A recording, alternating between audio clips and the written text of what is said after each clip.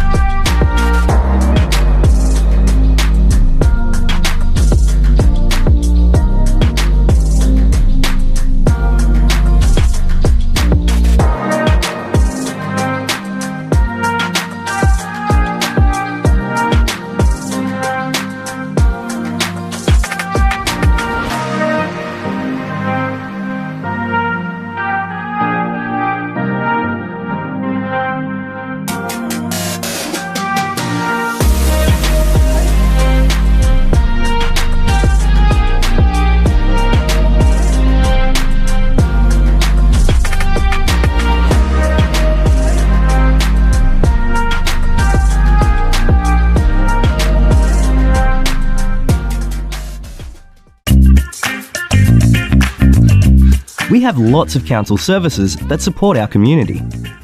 We support families with children, including health services for children and mums, vaccinations, playgroups, childcare, and kinder. We support young people in our community. Through events and activities, we have services that can support people with disability, older people, and carers and family of people with disability and older people. Our libraries support everyone in our community, help people learn new things, and are free to join. We support our community to have fun and be active through events and activities, sport, and recreation areas. We help look after our places and spaces, the environment, and local businesses. We have laws to keep people safe, to make sure buildings are safe, to make sure roads and footpaths are safe, to make sure our places and spaces are safe. We make sure everyone follows the law to keep our community safe and happy. Moonee Valley. It's a great place to live, work, and visit.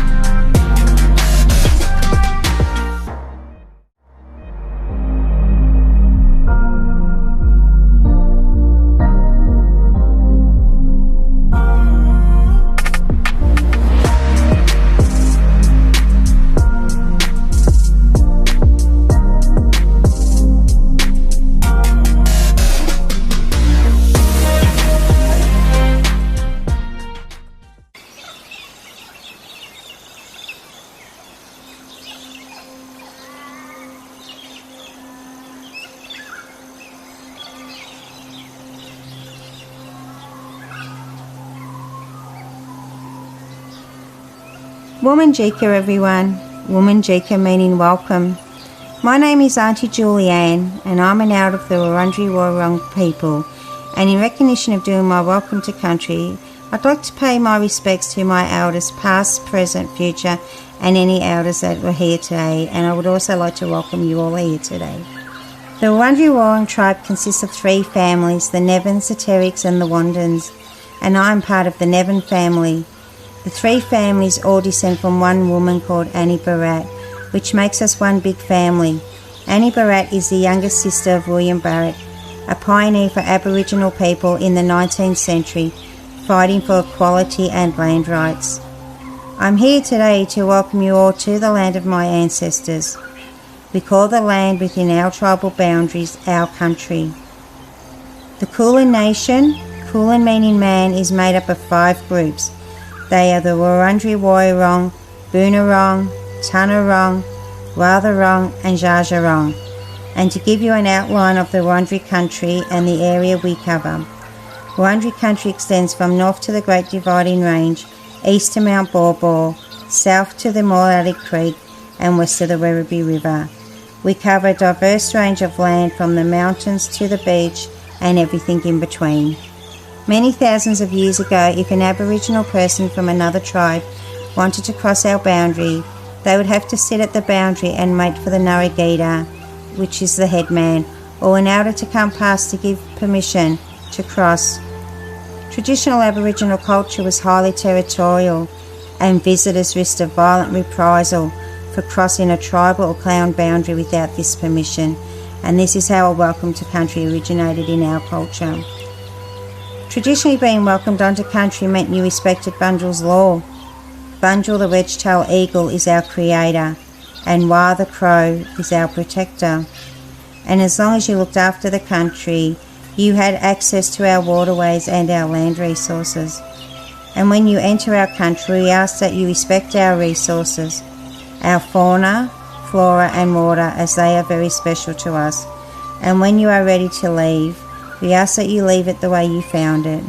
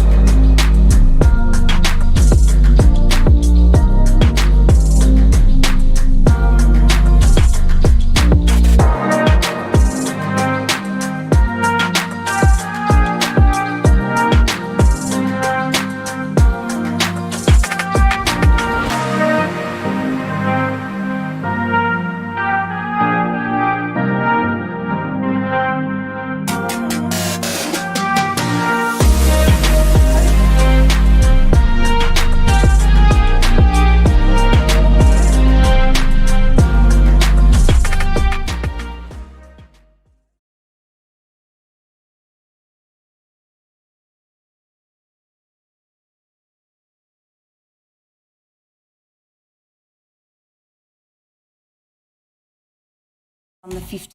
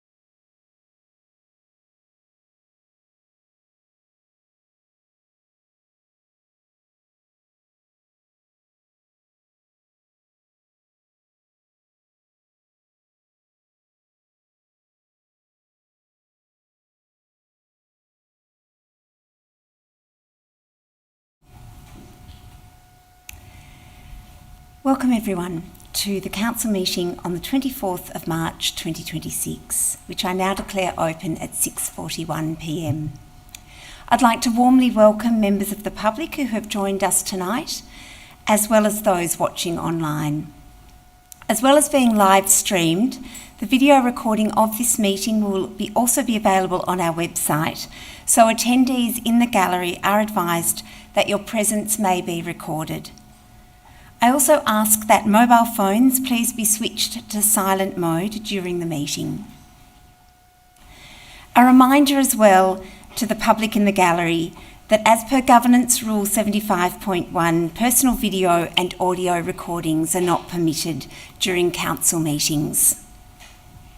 There are also a large number of people here this evening, and I just ask for your respect for councillors and respect for the rules of our meetings. We very much warmly welcome you to our council meeting this evening and just ask that everyone remains quiet while the meeting proceeds. Thanks.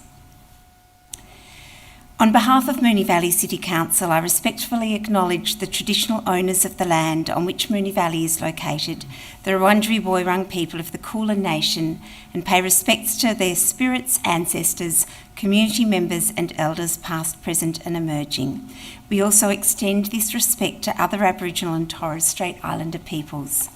As part of Council's commitment to reconciliation and treaty, I'll now say our acknowledgement to country in Woiwurrung language.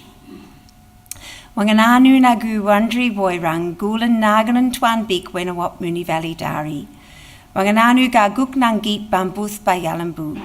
Nangit nagu nagayan tabuk gaguk. Nangit banagwaran yuong gulin magali yalambu. We now move to item 2 on the agenda, apologies and leave of absence. As all councillors are in attendance, with Councillor Cosgriff joining us via Zoom this evening, there are no apologies and no requests for leave of absence. We now move to item 3 on the agenda, confirmation of the minutes. Councillors, can I please have a mover and a seconder that the minutes from the council meeting held on Tuesday the 24th of February 2026 be confirmed? Moved by Councillor Sypek, seconded Councillor Samantha Byrne. Would you like to speak to the motion, Councillor Sypek? Would you like to speak to the motion? Would any other councillor like to speak to the motion? Then I'll put that to the vote. All those in favour? And that's carried unanimously. Thank you. The next item on the agenda is the foreshadowing of conflicts of interest. Does any councillor wish to flag a conflict of interest in any item on the agenda this evening? No? So the next item brings us to presentations. Councillors, do I have any presentations this evening? Councillor Sypek. Thank you, Mayor. I'd just like to take this opportunity, a moment, to acknowledge the passing of Robert Bruce Cameron, who was a former Commissioner of the City of Moonee Valley from 1994 to 1996. Following his appointment as a Commissioner, Bruce remained a long-standing, committed member of our local community, and as a resident of Moonee Valley, he made meaningful contributions throughout his involvements with the Moonee Valley Foundation and Rotary and a number of other community groups across the municipality. He was also our Citizen of the Year in 2011. On behalf of Council, I extend our sincere condolences to Bruce's family, friends and all those who have had the privilege of working with him. His service and dedication to the Moonee Valley community will be remembered and missed. I've got another one, Mayor. The Pasquale Petrolini, he was the president of the Essendon Pensioners Group here in Moonee Ponds, and he was a long-standing president. Once again, a very valuable member to the community, always tried his best and hardest, and he passed away, and my sincere condolences on behalf of our council to his wife Josephine and family and friends. And I just want to share a little story with you about Pasquale. He invited me to his house one day, and he had these homemade sausages, and I had to try him, and I had to try his wine and his grappa, and unfortunately, it was fantastic, and it'll be sadly missed because people like that, who can pass on those kind of traditions to the other people in the group. Yeah, well, anyway, I'm rambling on again. It's fine, So, Councillor Sipek. Pasquale, he'll be sadly missed. Thank you very much, Councillor Sipek. Any other councillor have any presentations this evening? Councillor Theocharides. Thank you, Mayor. If I can just open my... Thank you, Mayor. I would like to do a presentation on our Moonee Valley Twilight Festival that we had, which was held at Lincoln Park in Essendon on Saturday the 28th of February 2026. For those that attended and saw our social media posts about it and videos, it was delivering a free evening of live music, food and family-friendly entertainment for the community. It was headlined by Australian alternative rock band Eskimo Joe. The event featured a strong lineup of local and emerging artists alongside activities and food trucks, creating a relaxed picnic-style atmosphere, widely regarded as one of Moonee Valley City Council's most loved events. The Twilight Festival was praised for its inclusive, accessible format and its role in bringing the community together for a shared outdoor cultural experience. Thank you, Councillor Theocharides. Would any other councillor like to make a presentation? Councillor Adams. Thanks, Mayor. And Moonee Valley puts on some amazing festivals, and in that tradition we held the Moonee Valley Festival at Queen's Park, Moonee Ponds on Sunday the 15th of March. And it really was a wonderful event, bringing the community together for a vibrant day of free live music, family activities, market stalls and food trucks. It was headlined by Australian soul singer Kylie Oldest. The festival showcased a diverse program of local and cultural performers and was widely praised for its welcoming, family-friendly atmosphere. The media coverage described the event as a feel-good celebration and a highlight on the Moonee Valley events calendar, reflecting strong community pride and participation, which was lovely. Thank you. Thank you, Councillor Adams. Any other councillors? Councillor Philburn. Thanks very much, Mayor. Just wanted to touch on just a quick one on the Incinerator Gallery. And throughout March, the gallery continued to attract strong community engagement through its major exhibition, Molten Tongues, presented as part of Midsummer Festival's 2026 keynote program, Time and Place. The exhibition brought together works by contemporary Australian and international artists exploring fire as a material, metaphor and memory, drawing on conceptual inspiration from the gallery's historic origins as the Essendon Incinerator, designed by Walter Burley Griffin and Marianne Mahn Griffin. Community participation was further strengthened through gallery sketches on Thursday the 19th of March, a free monthly drawing program inspired by the exhibition. Led by an art educator, the session focused on charcoal drawing techniques and welcomed participants of all skill levels, fostering a creative engagement with the exhibition in a supportive social setting. All in all, this reinforces the Incinerator Gallery's role as a leading contemporary arts venue. Thanks, Mayor. Thanks very much, Councillor Philburn. And Councillor Hamish Jones. Thank you, Mayor. Given our focus on arts and culture at the moment, it would be remiss of me not to mention the Clock Tower Centre and what's been happening there in March and what's still to come. So there's been a lively and diverse mix of music, theatre and community events. There were 300 people that attended the March morning music performance from Frankly Sinatra on Tuesday the 17th of March. So that was shows this ongoing success of the daytime music performances. Coming up this weekend, a much-needed date night for my wife and myself is, in their own words, it's starring acclaimed performer Rachel Beck, celebrating the songs and stories of 20 trailblazing Australian women across 2 evening performances. Thank you very much, Councillor Jones. And I will just also mention that on Friday the 6th of March, Moonee Valley City Council joined with other institutions around the world marking International Women's Day, and this year we had our annual mayoral breakfast at the Clock Tower Centre.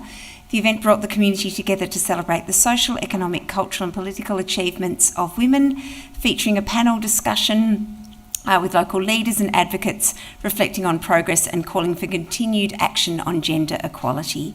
Aligned with the 2026 theme of Balance the Scales, the breakfast highlighted issues of access to justice and intersectional equity while supporting JIRA through fundraising efforts. Thank you to all who attended that event.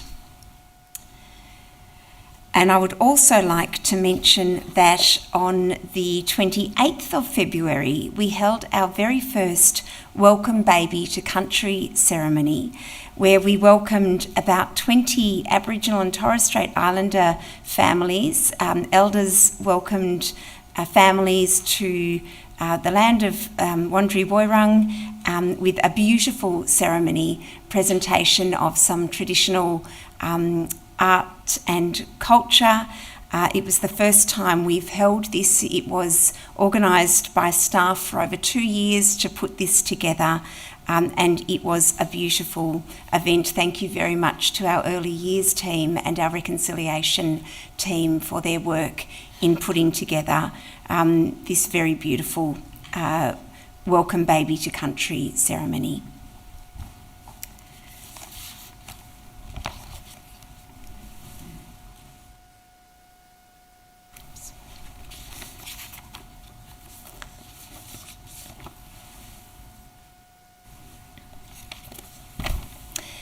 We now come to item 6, which is petitions and joint letters.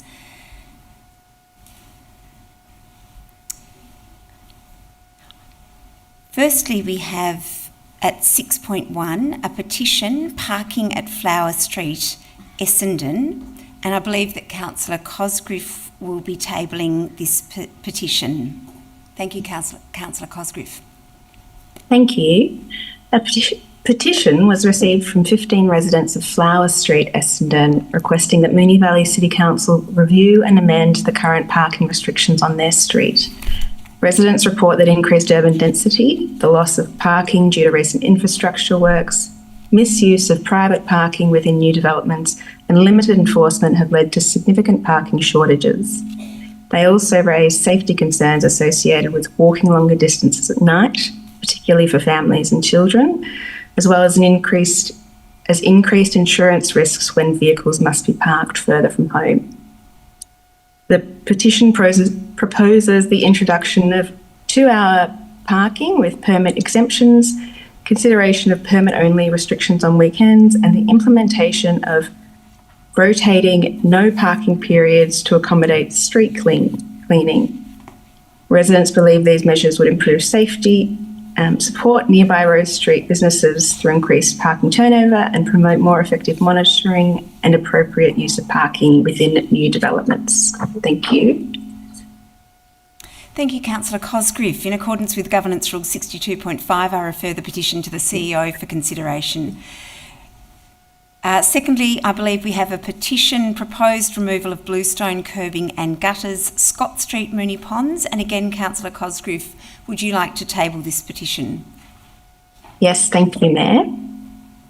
A petition was received from 44 residents requesting that Moonee Valley City Council retain the existing bluestone curb and channel on Scott Street, Moonee Ponds, as part of proposed road renewal works. Petitioners expressed concern that replacing these with concrete would conflict with Council's heritage guidelines and diminish the heritage, cultural and financial value of the street.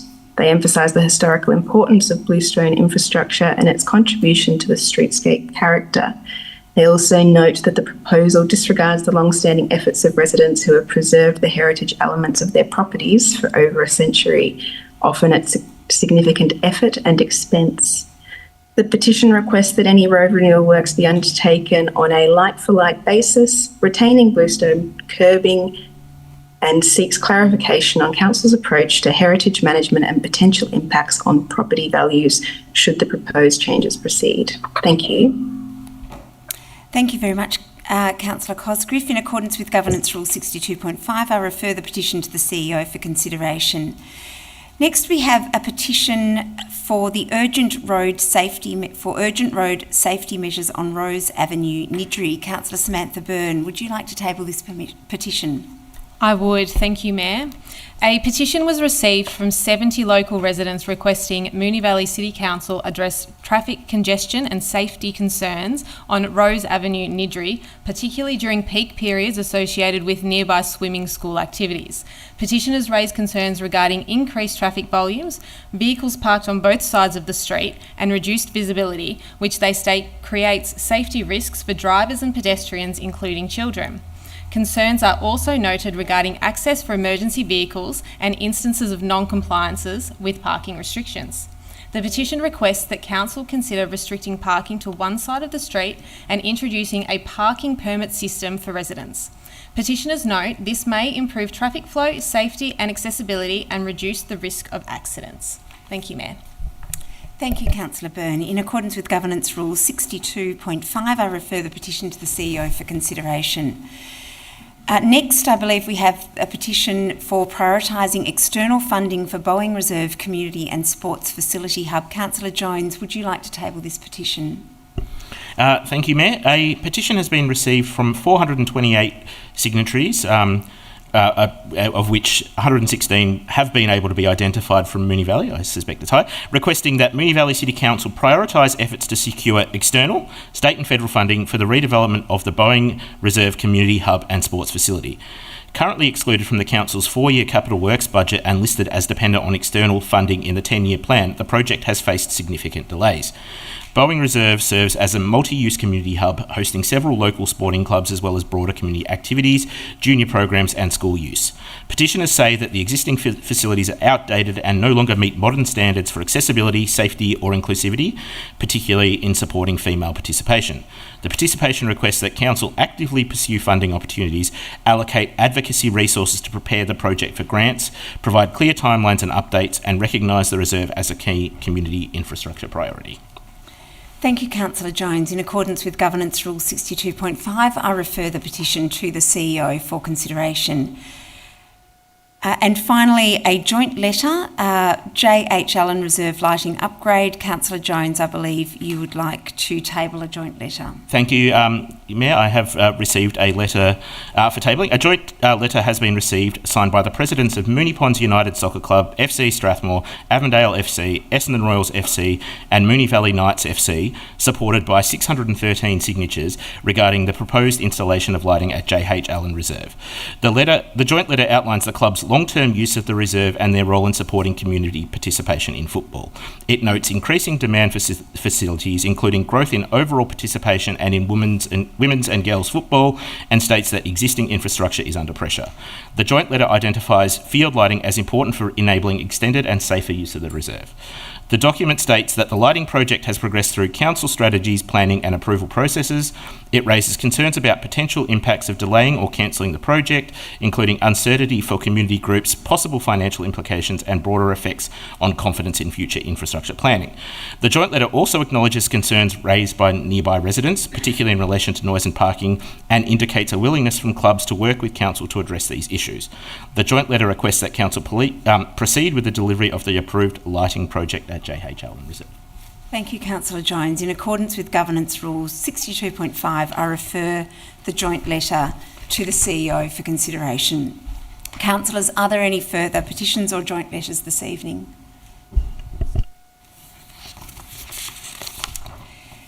We move to item 7 on our agenda, which is public question time. We have received 6 public questions this evening. The first 2 questions are from Lachlan McKenna, who I believe is here this evening. Lachlan, thank you. If you could move just to the lectern at the front here. Thanks, Lachlan. One of the officers will assist you. Thank you. So, Lachlan, if you could please ask your first pre-submitted question. Yep. In March last year, Moonee Valley Sustainability asked how council will improve safety for those walking, riding and wheeling, and were told an integrated transport strategy was on the way. In June 2025, we received a draft consultation document. However, this contained no priorities, no budget and no timelines. 12 months after asking what the plan is, When can the community expect the integrated transport plan to be released? Thank you, Lachlan. I'll refer to the CEO, Helen Swee, to respond to your question. Thank you, Lachlan. Through the Mayor, since the community consultation on the Integrated Transport Strategy, ITS, discussion paper in 2025, Council officers have analysed the extensive feedback and are progressing with development of the draft document and associated mapping. In accordance with the 2024-26 annual plan, Council officers look forward to publishing the draft ITS for further community consultation and engagement in the coming month. Thank you. Lachlan, would you like to ask your second question? Yes, thank you. Are there any immediate projects that Council is accelerating to improve the safety and viability of walking, riding and connect to public transport around Moonee Valley? Thank you, Lachlan. I refer to CEO Helen Swee to respond to your question. Thank you, Lachlan. Susan Mayor, as part of the Council Plan 2025 to 2029 strategy to expand safe walking and cycling routes across municipality, Council has invested over $4.9 million in pathways and cycleway improvements, including but not limited to progressing of the Strathmore secondary component of the Moonee Ponds Creek Trail and implementation of a suite of local area traffic management projects in the Newmarket and Airport West precincts. Further information regarding the status of the 2025-26 Capital Works program will be presented as part of tonight's agenda. Thank you. Thank you, Lachlan. The next question is from Suzanne Aitken, who is not here this evening, I don't believe. So I will read Suzanne's question on her behalf. In 2025, I was present at a Moonee Valley Council meeting when Councillor John Barnes mentioned the possibility of creating a fenced dog park inside Buckley Park, Essendon. Has there been any progress made within Moonee Valley Council regarding this matter? There is a lot of land in the park on the western side of Buckley Park, which is never used as it has no facilities, just lots of trees along the side of Bradshaw Street and between Market and Spencer Streets. There's a metal railing already along the Bradshaw Street side of the park, which would only need fencing inserted into it, and obviously complete the fencing to secure the rest of the enclosure, a dog drinking tap and perhaps a couple of seats. The only fenced dog park in the Essendon Niddry area is near St Bernard's School and only caters for small dogs as it was not built big enough for larger dogs to run in. Will Council create a fenced dog park within Buckley Park for the Niddry Essendon residents and make it be of adequate size for their dogs to run and chase balls in a secure environment? This idle land would actually have some purpose and a dog park in this location would not hinder other park users. Thank you. Thank you, Suzanne. I refer to the CEO, Helen Swee, to respond. Thank you, Suzanne. Through the Mayor, there is currently no proposal to create a fenced dog park within Buckley Park. There are existing designated off-leash areas and fenced dog play spaces within a short drive of Buckley Park. Residents can, of course, continue to walk leashed dogs on Buckley Park as this is permitted. Thank you. Thank you, Helen. I will now, that moves us to two questions from Ray Burge, who is also not with us this evening. So on behalf of Ray, I will read her questions. The first question is, please explain the frequency of cleaning and maintenance for stormwater drains in our area for upcoming autumn storms, noting that the pipes are over 100 years old and are narrower and more fragile, leading to a higher rate of failure. Thank you, Ray, and I refer to the CEO, Helen Swee, to respond. Thank you, Ray. Through the Mayor, over the past year, Council has attended and undertaken both reactive and scheduled drainage cleaning works on 4 separate occasions in the area around Stuart Street and Moonee Ponds in February 2025, March 2025, and August 2025, with the most recent attendance being in February 2026. These drainage cleaning works have involved both pit and pipe cleaning using the high-pressure jet cleaning truck. We anticipate a similar attendance rate for 2026, with the next proactive maintenance scheduled for April 2026. Thank you. Thank you, CEO. I will now read Ray's second question. Please state any new increases to the water catchment for upstream that will affect Stewart Street the next time it floods. What work has MVCC undertaken with hydrologists and engineers to reduce the volume of water upstream in the last 6 months when I last asked this question? It is pertinent as we are entering the wetter season with properties at risk of stormwater flooding. Please provide a written answer to both questions. Thank you. Thank you again, Ray, for your question, and I will again refer to the CEO, Helen Swee, for a response. Thank you, Ray. Through the Mayor, the catchment area upstream of Stewart Street Moonee Ponds has not changed over the past 6 months. During this time, Council has continued to work with Melbourne Water to finalise its flood modelling. Thank you. Thank you, CEO. The final question is from Chris Thrum, who is not joining us this evening either. So on behalf of Chris, I will read his question.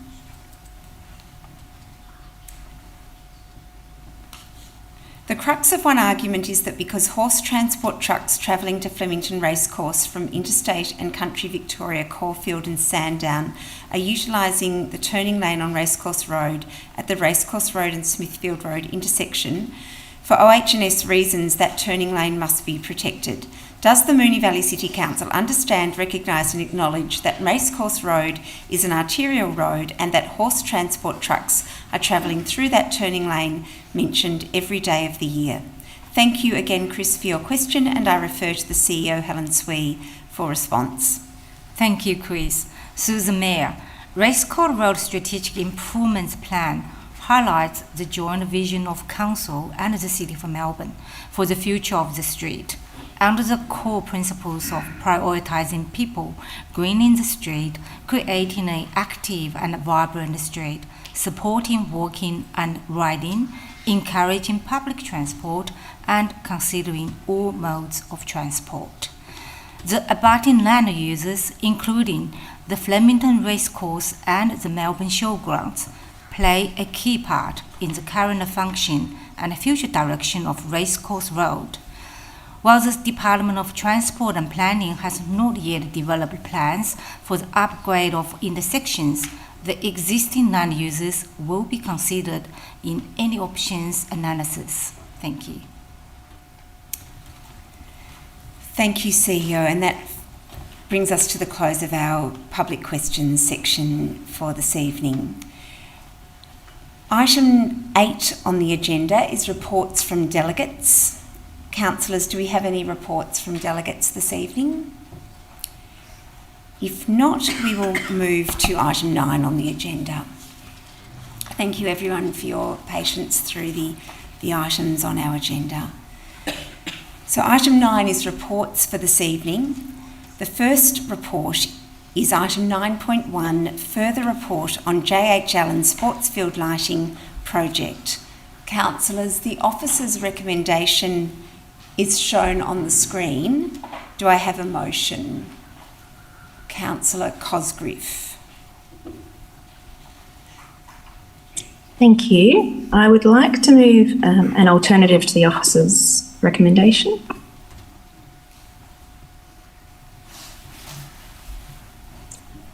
Which is that Council resolves to points 1 to 4 are as per the officer's recommendation.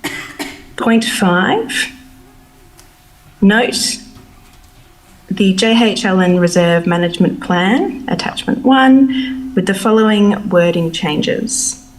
A, the opening to read, this management plan will be in effect unless altered by council resolution following community consultation. A review of this management plan will take place after 12 months following the installation of sportsfield lighting at JHL Allen Reserve to ensure use of the site alignment with council expectations. Point B, a new point in ground allocations to read, lights will only be used 5 days per week, and add the following to the existing point. Lighting timers have been installed to ensure auto turn off at the prescribed times, brackets, Monday to Friday 9 p.m. and Saturday to Sunday 7 p.m, close brackets. C, the second point in community engagement to read, meetings will be held with impacted residents at 6 and 12 months post-installation to capture further feedback. Impacted residents will be contacted at 6 and 12 months post-installation and invited to attend a meeting with relevant council officers, with updates to be provided to councillors. Point D, an additional point in community engagement to read, council will inform residents of how to request parking enforcement and other assistance after hours. E, the final point in community engagement to read, this management plan will be reviewed at 12 months after council officers have met with impacted residents and assessed the compliance with requirements of this management plan by soccer users. And then closing point 5, which will be implemented by officers following completion of the project as an operational matter, with a review after 12 months, including an assessment of environmental and amenity impacts such as noise and light spill. Point 6, note that the Mayor will invite residents to meet at 3 months post-installation. Thank you. Thank you, Councillor Cosgriff. Is there a seconder? Councillor Phil Byrne. Councillor Cosgriff, would you like to speak to your motion? Thank you. I think it's safe to say that most people in the chamber tonight have an appreciation of the considerable history around this project, and I'm sorry that I'm not there in person with you. When this project was first flagged in 2023, Council received a petition from over 200 surrounding residents opposing it.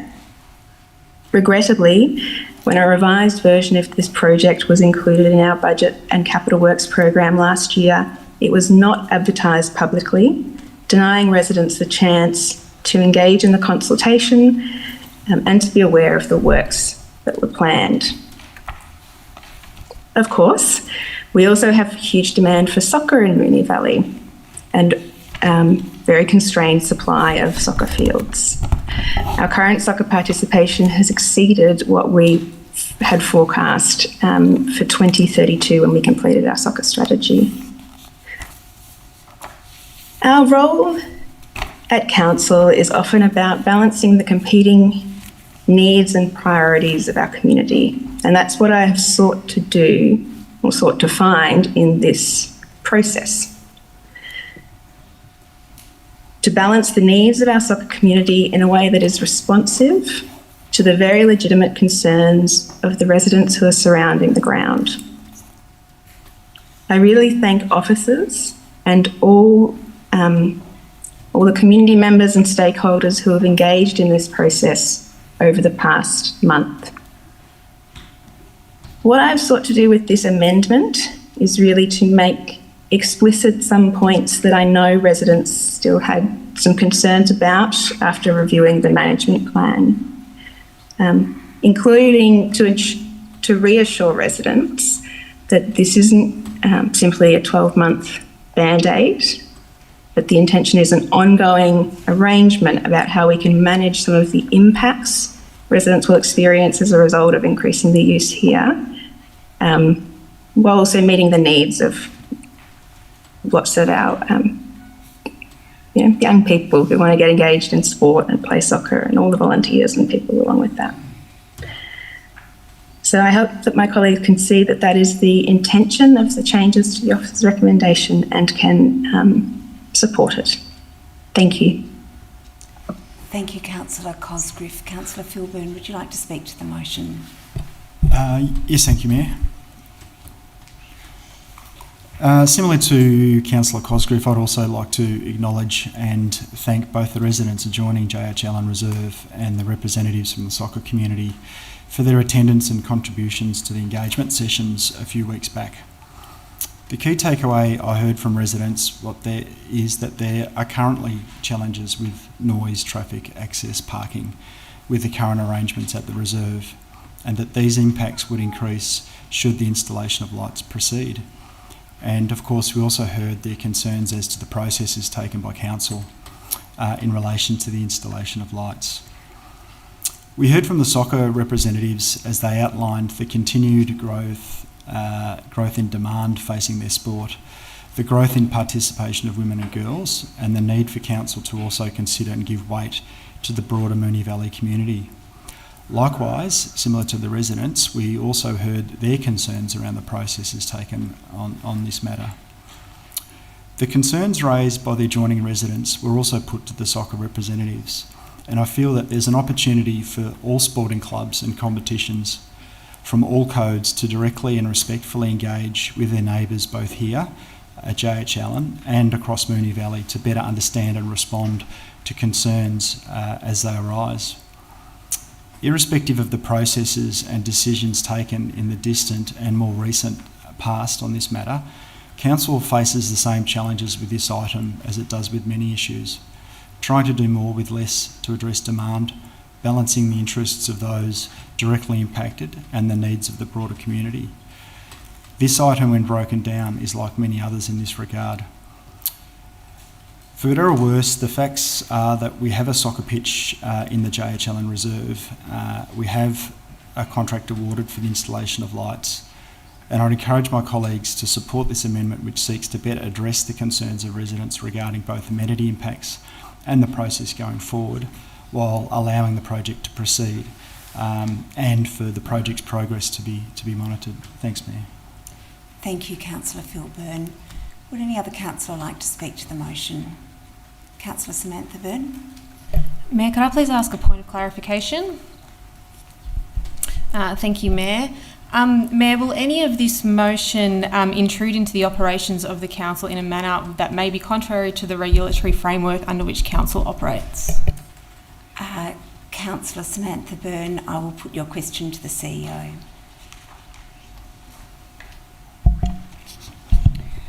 Thank you, Mayor and Councillor Samantha Byrne.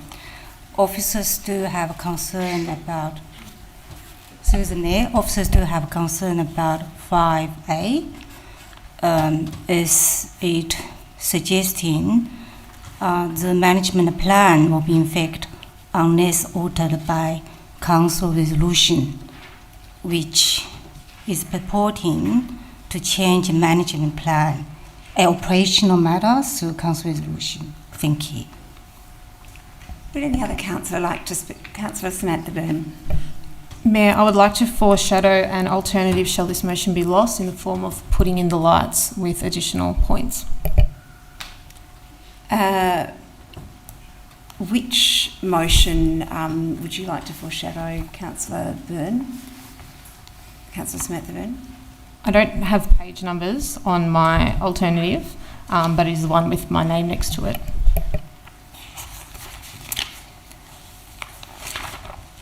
Thank you. Would any other councillor like to speak to the motion? Point of clarification, Mayor. Is it possible to have a point of clarification on the CEO's response to the question?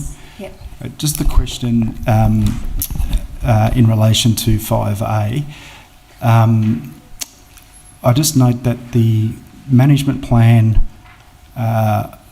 was attached to the report and recommendation from officers, and I'm just wondering if there can be any further light shed on the concerns, given that officers saw fit to attach it to a resolution as a way to meaningfully address the concerns that were raised by residents. Thanks, Mayor. Thank you, Councillor Philburn. I'll refer your question to the CEO. Sorry, Susan Mayor, can I please ask Councillor Philburn? I didn't get the last part of your question. Would you like to or paraphrase or restate your question, Councillor Philburn? It was whether there could be any further light shed or details given as to the concerns, noting that the management plan was attached to an officer's report and recommendation as a means to seek to address the concerns that were raised by residents. Thanks. So if my understanding is correct, Susan Mayor, Councillor Philburn, are you asking whether alternative to 5A, which will share visibility with councillors for the management plan, or reason why this is an issue? Through you, Mayor, it was more the latter, as to if the concerns can be expanded on in the context of a management plan, was something which was clearly attached to the report and recommendations. Thank you. The management plan attaches to the report for transparency. That's why the officer's initial recommendation is to note, not to approve or endorse. The council's role is to decide and debate policy position. In this context is the seasonal allocation policy, which applies to all grants within Moonee Valley facility. This management plan is considered as an operational document under the policy. So if councillors are quite right to debate and decide on policy, but it will be risking intruding operational matter if get involved in endorsing or alter management plan. Thank you. Just a very final, sorry to... No, go ahead, Councillor Philbin, it's fine. I just noting that I guess the question with 5A, as it's now proposed, changes the wording back to note, whether that mitigates some of the concerns that officers have. Thank you, Councillor Philbin. I'll put your question to the CEO. Can you please read to propose? Sorry, Councillor Phil Grieve, you probably need to read out exactly what you're going to do.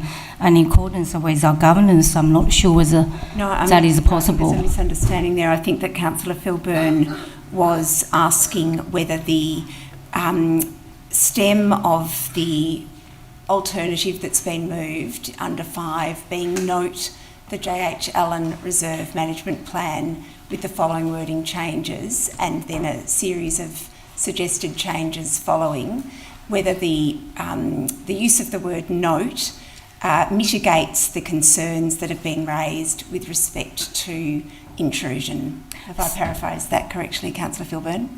Thank you, Mayor. For the further clarification, the response is no, because the 5A literally contradicts the 5 note. You override that by, you cannot change that until altered by council or the resolution.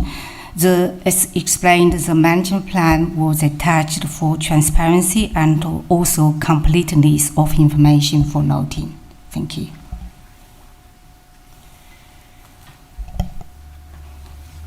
Would any other councillor like to speak to the motion? Sorry, can I ask for an adjournment just to clarify everything? Because there's lots of documents that we're looking at. Councillor Theocharides, do you have a point of clarification you'd like to ask? Maybe if I let Councillor Sypek speak, sure, and you could think about whether there might be a point of clarification that you have. Yep, no Thank problem. you. Councillor John Sypek. Thank you, Mayor. I'd like to ask for an extension beforehand. JH Allen Reserve was designed by an eminent architect and designer in Australia, and it's his 150th anniversary this year, Sir Walter Burley Griffith. This was always designed to be a reserve, something for everyone to enjoy. I remember when I first got on council that this was just a reserve. It was never a soccer pitch, it was never a sporting pitch. But the kind people of East Keilor who live around there realised that there was a need for overspill in sports, and they were happy for soccer to be training there during the day and played during the day. And it was working well, it was working fine. But, you know, this is one pitch, and the demand for sporting fields is growing more and more. Moonee Valley is landlocked. We don't have any more land. So when the Labor government enforced planning regulations that we're going to have, 40,000 plus more houses in Moonee Valley. That means more people wanting to do sports, more children wanting to do sports. So if we put lights on this reserve, we're going to set a precedent. And mark my words, and just be careful, because I've just got a couple of other parks. Montgomery Park used to be a soccer pitch many years ago. Victory Park can put a soccer pitch in there. Rosehill Park, I would have thought Rosehill Park would have been a far better option than JHL Allen, but that's just my opinion. Lincoln Park, what a great place for a soccer pitch there. And best of all, when we redevelop the swimming pool, Queen's Park swimming pool, we can build a pavilion for the swimming pool, and on the other side build a pavilion for a soccer pitch, because a great soccer pitch in the middle of Queen's Park, how good would that be? That would be the top of the range of soccer pitches. So all I'm saying is this sport will grow, sport will increase. If you want to start the precedent at JH Allen, well, I will not be supporting this motion.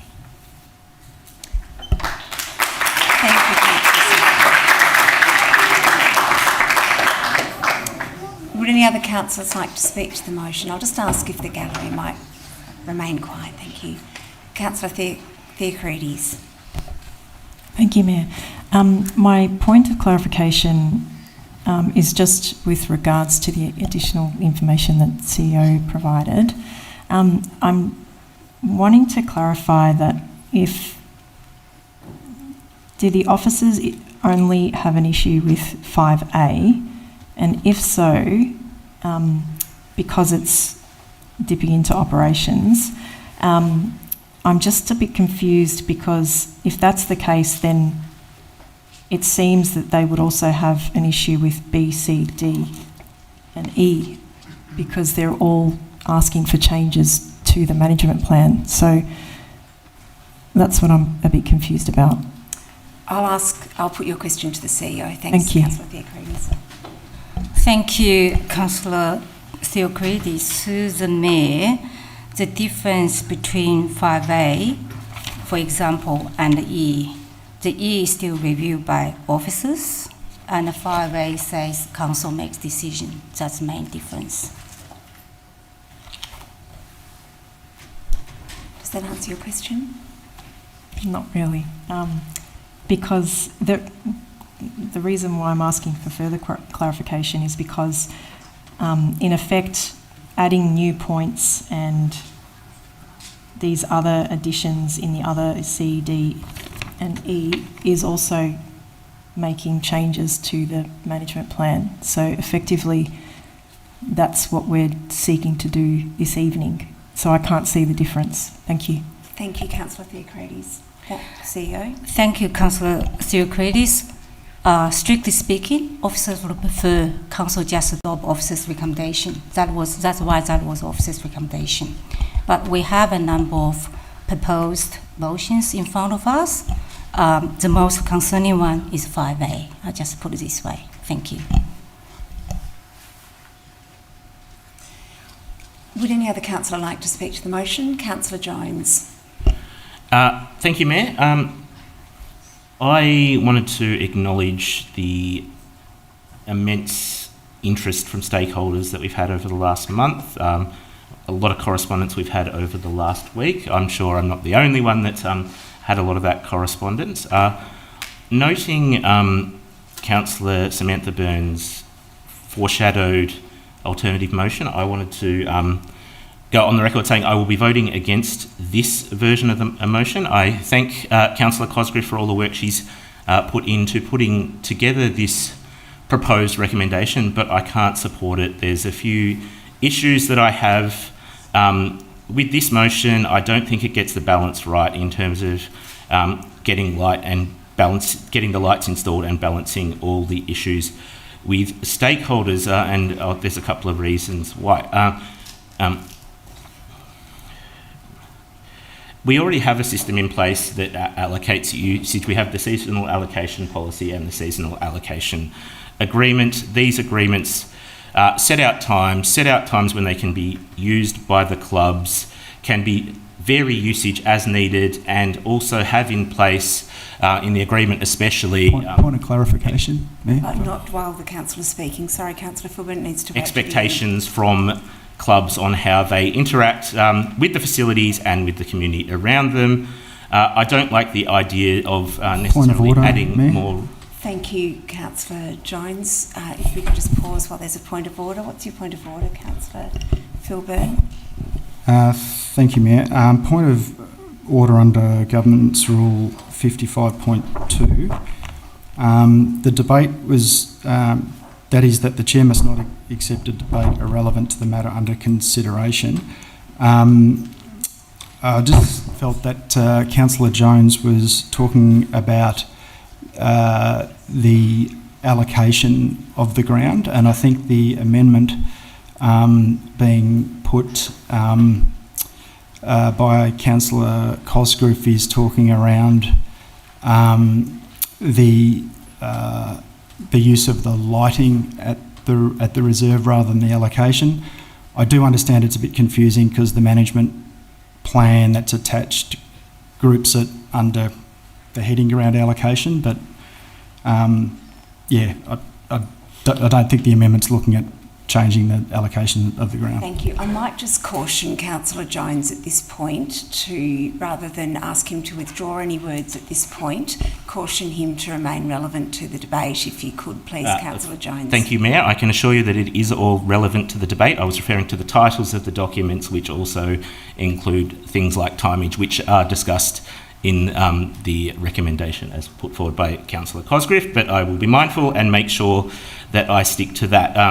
I think that a lot of the stuff that's being covered here does stray into operational issues, which are again covered by these documents, and ensure that the clubs are bound by these agreements, which include lighting. I'm accepting of the fact that we might want to change the time of the lighting to 9 p.m. and 7 p.m. I can accept that that's shorter. I think that you know, I support the idea of the lighting process. I support strong management of impacts on the surrounding community, but I can't support this recommendation in its current format. Thank you. Thank you, Councillor Hamish Jones. Would any other councillor like to speak? Councillor Ava-Adams. Thank you, Mayor. Firstly, I just want to say thank you and acknowledge everyone in the gallery tonight. I'll ask you to maintain speaking. Sure. Through the thank you. I also wanted to just quickly thank the sport users and residents of JHL Allen that came along in good faith to the forums we held in Chambers to hear everybody's concerns over the last couple of weeks. I always welcome and encourage engagement with council, so thank you so much. I won't be supporting this motion for similar reasons. Councillors set policy direction, and we don't have executive orders to get involved in operational matters. We've done this through setting the seasonal sport allocation policy, and I feel very strongly that acting inconsistently with our own policy is really problematic and sets an unhelpful precedent, as we do have challenges at other grounds across the municipality. I do appreciate Councillor Cosgrove's words in the motion. I can see that she's embedded some touch points between concerned stakeholders and councillors. There's nothing stopping anybody from reaching out to councillors at any time if there are concerns, and I encourage people to do that. You know, all of us are contactable at any time, so I do find it problematic in the motion currently that point C, you know, sort of talks about us capturing feedback, but because of point 5A, any review of the management plan won't take place till 12 months anyway. And so I think leaving it to the operational arm of the organisation means that the officers can take on feedback as we go along and adjust the management plan as they see fit, you know, under their delegation, I guess.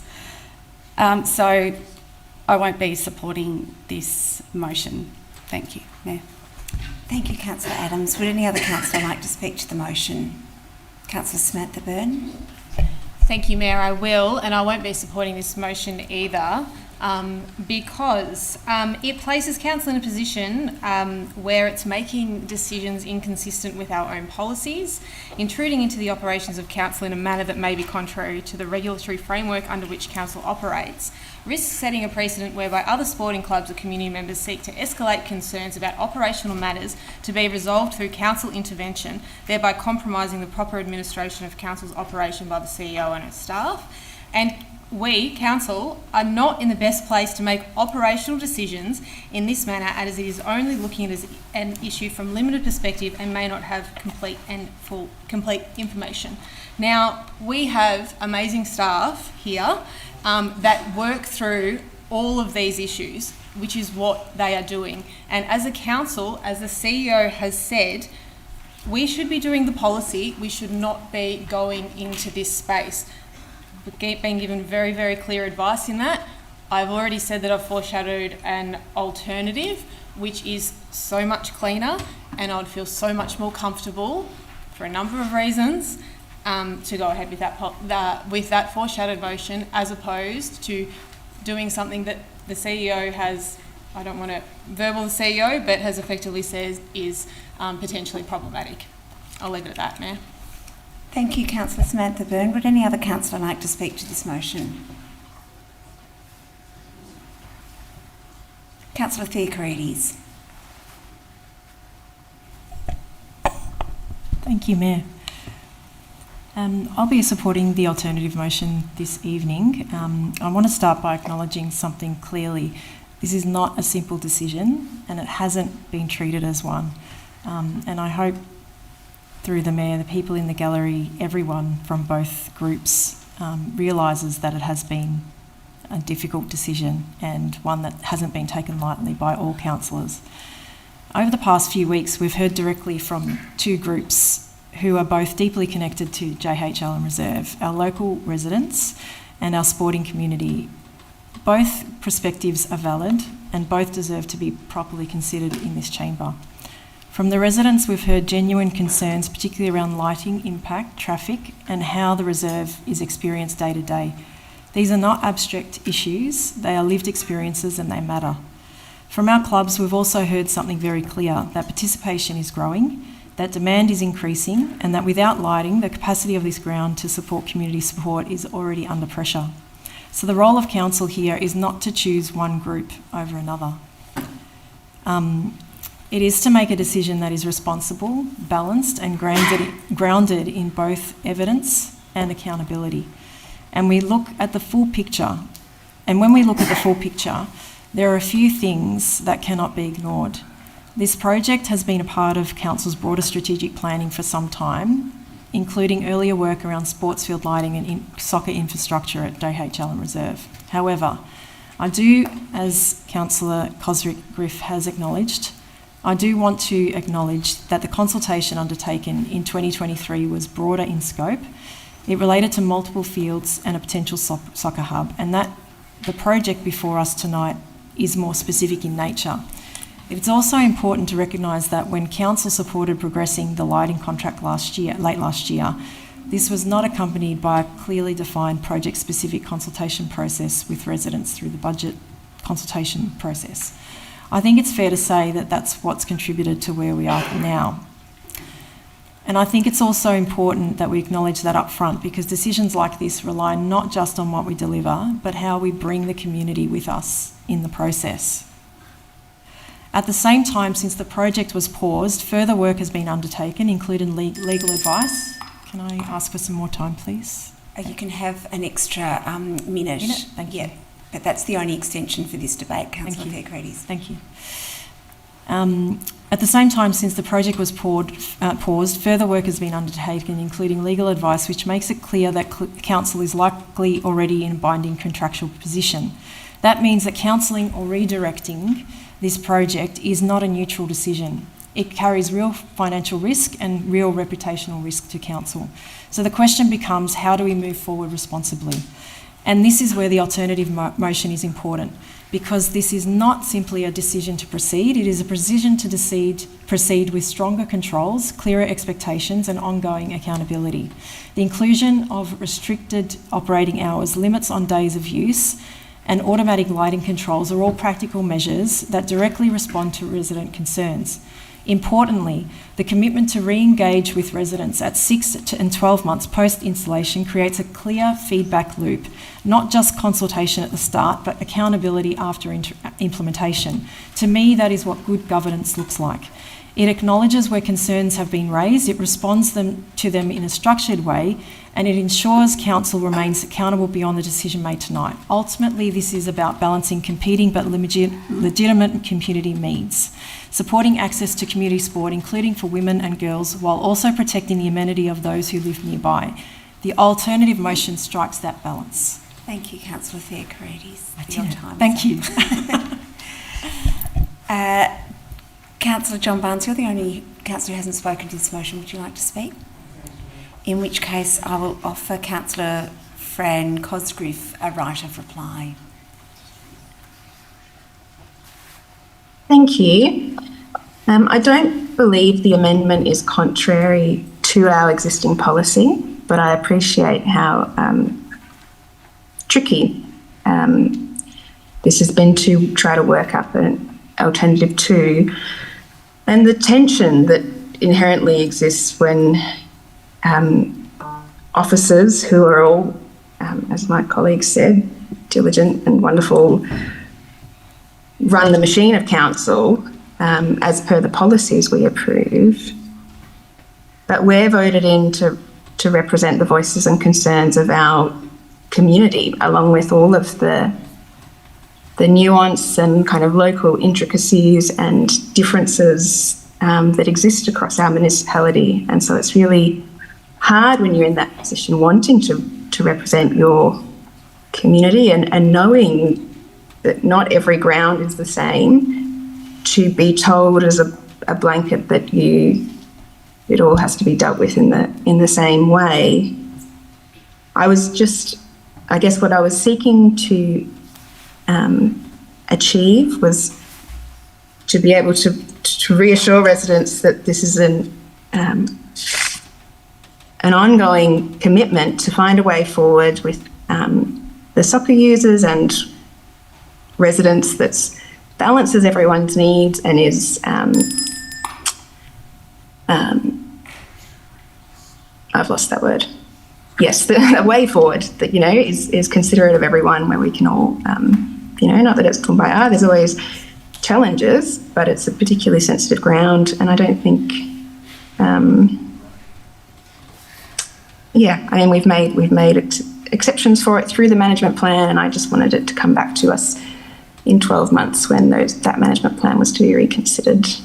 Your time's expired, Councillor Cosgriff. That's fine.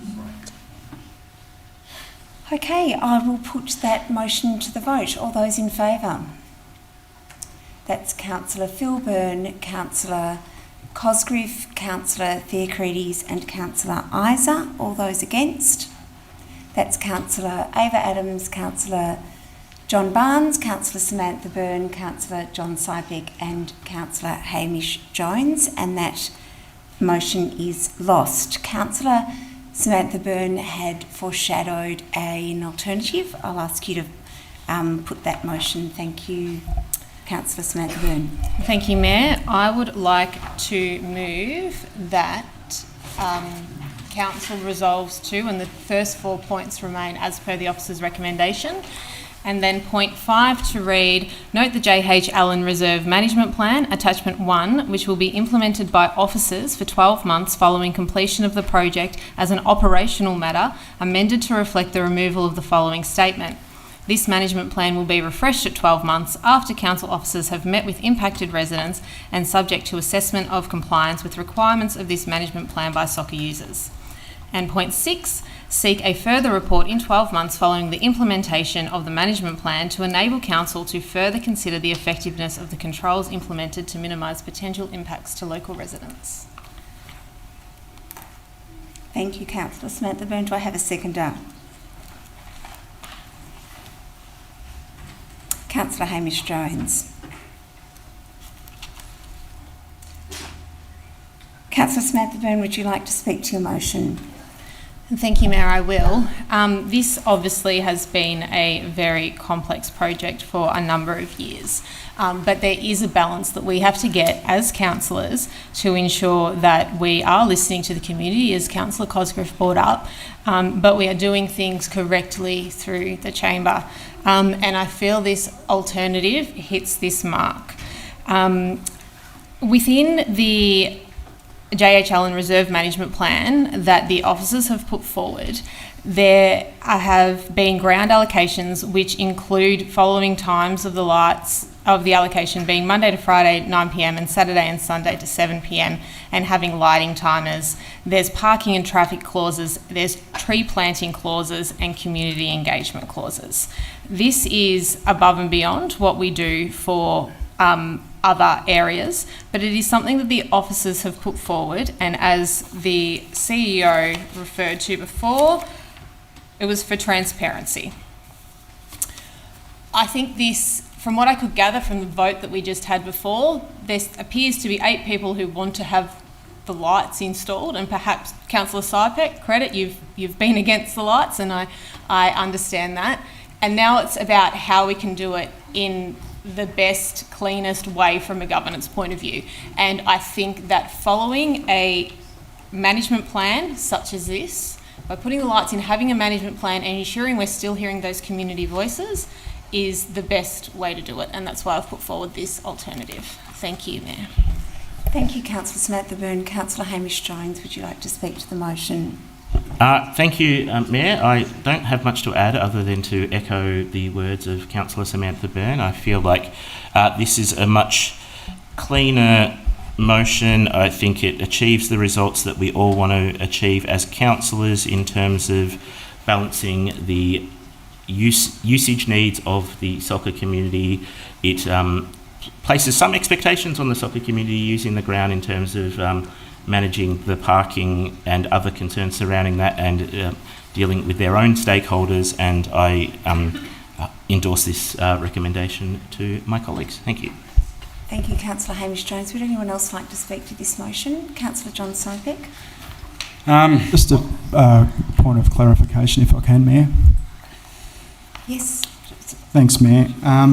Just through the CEO, just in the context of the earlier clarification regarding officers' concerns about delving into operational matters in relation to 5A of the previous the previous defeated motion, can you provide any further clarification as to how this current motion is actually amending the very management plan that was discussed before right now, and that in 12 months, to enable council to further consider the effectiveness of the controls, is also potentially likely to result in an amendment to the management plan. Are those do those concerns exist with this current motion? Thanks, Mayor. Thank you, Councillor Thorburn. I'll put that question to the CEO. Thank you, Councillor Byrne, Susan Mayor. I do want to clarify first that I don't usually want to join the debates, but this is a quite extraordinary matter. As I previously advised, officers' recommendation was published in the agenda, and any change from here is not officers' recommendation. But talking about the difference between this proposed motion and previous ones, this one doesn't involve council actually endorse or approve a management plan. It allows officers to go away. So after 12 months, after implementation to report, is still officers' report. Officers will have the opportunity to consider full information, which often in operational nuances may not necessarily be available to councillors, because their operationals and officers are in the best place to consider after 12 months what may need to be changed or not changed. And then will be officers' recommendation coming through. Thank you. Thank you. I'll go back to Councillor Sypek. I apologise for that. We'll start again. You'll start your clock again, Councillor Sypek. All good. Thank you, Mayor. I just want to start off. In my opinion, history is going to look at us and look at this council in a certain way. Because when the house of cards fall and the first card falls, JHL Allen is going to be the first card. When the population increases with the new housing strategy of 40,000 new homes, Montgomery Park, I remember my father took me there when Melbourne Croatia played there. That used to be a soccer pitch. Victory Park, I actually went out and had a look at it, and actually you can put a pitch there as well too. But like I said, in my opinion, I would have thought that the ideal spot for these lights would have been at Quinn Reserve. Right next to the AstroTurf pitch, we could have put another soccer pitch there. We've got the wiring, we've got the infrastructure, but like I said, that's only my opinion. I'm still not happy with this alternative, and I will not be supporting it. Thank you, Mayor. Thank you, Councillor John Sypek. Would any other councillor like to speak to this motion? Any other councillor over Adams? Thanks, Mayor. I'm pleased that this motion proceeds with the installation of the sports field lights. As I stated in the Feb meeting, Council has endorsed the award of the contract. The procurement has been conducted in accordance with the endorsed Council procurement policy, our annual budget and relevant legislative requirements. We also have endorsed the procurement probity and evaluation plans that identify and consider the level of risks and to make recommendations associated with the procurements. We've got an obligation as councillors to discharge our responsibility to mitigate any risk of potentially breaching any contractual obligations, work order timelines, financial outlays and reputational damage to councils standing in the marketplace. So I will be supporting to proceed. I'm happy that that is what's in front of us. I'm also pleased that the awarded scope of works includes limiting use to training in the evenings, automatically switching the lights off at 9 p.m. on weekdays and 7 p.m. on weekends. I think that goes a long way to address residents' concerns. It's an earlier shut-off time than any other ground that we have around the municipality. We've also got the application of more stringent obtrusive lighting standard than required to address the light spillage concerns raised by residents that live adjacent to the reserve. The parking concerns raised can be mitigated through our municipal parking strategy through monitoring and potential changes to parking restrictions and also parking enforcement patrols to assist in behaviour change. 5 and 6 aren't ideal. Part of 5 is actually the officer's recommendation, which states that the management plan will be implemented by officers. So I'm okay with that. Look, 6 also isn't, I don't want to come back to the chamber. I don't think that that is necessary. I think officers are very good at sort of addressing, concerns that will be raised through the management plan. But I'm not going to let that get in the way of supporting this motion. So I'm happy to support in its current form. Thank you. Thank you, Councillor Adams. Would any other councillor like to speak to this motion? Councillor Phil Byrne. Yeah, thanks, Mayor. Appreciate that Councillor Samantha Byrne, like all of us, is trying to get a better outcome here. But for me, I think we're going to be a bit more, do a bit more to try and address the concerns of of residents while allowing the project to proceed. So in the case that this motion is not carried, I'd foreshadow moving an alternative. Thank you, Councillor Philburn. Can I just check which alternative you're planning to? That will be the one in the FIP. That is the one that's just before the just the very last one that proposes not the deferral, the one just before that. Yep. Thank you very much, Councillor Philburn. Would any other councillor like to speak to this motion? Councillor Theocrides. Thank you. I won't be supporting this motion. I think I clearly articulated what I wanted to say about this agenda item from the first alternative motion that was brought to Chamber. But I just wanted to mention a couple of points, and correct me if I'm not able to say what I'm about to say, but I just wanted to address a point that's been raised a lot around the Chamber, and that is concerns about whether it moves too far into operational matters. From my perspective, I feel that setting clear expectations and parameters around how the asset is used isn't, from my perspective, and this is why I originally supported the alternative motion. It's not directing the day-to-day delivery of the project itself. And I feel that it's entirely appropriate for council to define the conditions under which a facility operates, particularly where there's a direct impact on surrounding residents. The implementation of those conditions and what that looks like remains the responsibility of officers.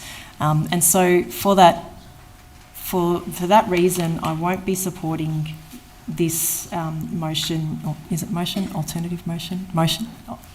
As it stands, because I feel that it's not capturing the specifics that were raised by the residents in the forum with them, and I feel that it's not balanced on both groups that we've listened to. Thank you. Thank you, Councillor Theocrides. Would any other councillor like to speak to this motion? Councillor Cosgrove. Thank you. And thanks, Councillor Samantha Byrne, for the alternative. I worry with this one that in 12 months' time we have another report come back to us that is deemed operational, that we just have to note and accept. And I just feel like if that's the case, I feel a bit lost as to my purpose here as a councillor in our role to represent the community in that sense. When things are out of the ordinary, like JHL Allen is, I guess I appreciate the foreshadowed motion if this one does not get up, but I also wanted to say to residents, if this one does get up, which I won't be supporting, but if it does, there's still the management plan in place, and I do have faith in that process. Really, the intention of my previous motion was to provide reassurance and a backup, but we'll all still be here, and so will the officers, and we'll just try to find a way to make this work. But I won't be supporting it, with hopes that maybe we can get a stronger alternative up. Thank you. Thank you, Councillor Cosgrove. Would any other councillor like to speak to this motion? In which case, I'll give Councillor Samantha Byrne a right of reply. Thank you. Well, this could go round in circles until midnight, really. Sorry, guys. I'll ask you to keep your remarks through the chair. Thank you. Sorry. Thank you. But it could. But I think we have seen one alternative put, which we've addressed as having potential concerns, and now I've put something that doesn't have the potential concerns and is really trying to strike a very, very similar balance. We've obviously heard councillors that won't necessarily support this, but I urge that I think tonight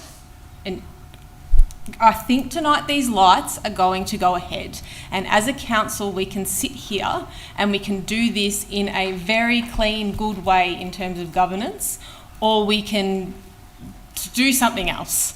And if we want to do it as cleanly as possible, it would be... Point of order, Mayor. Thank you, Councillor.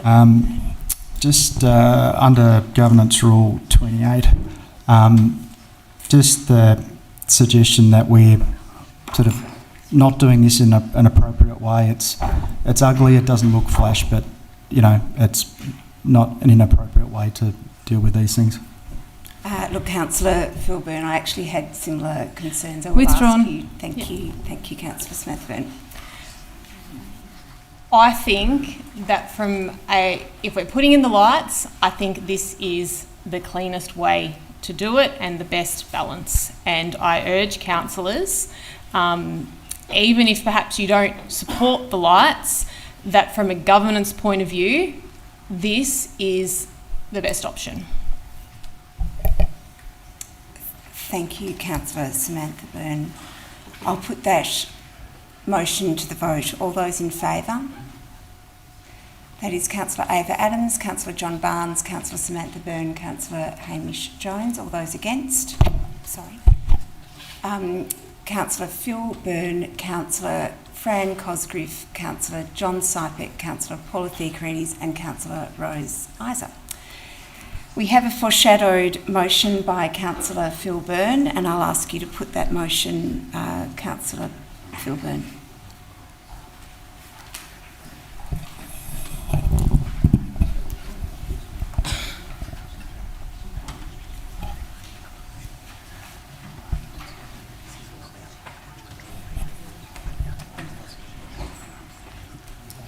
I'll just ask the gallery to remain quiet if that's okay. Thank you.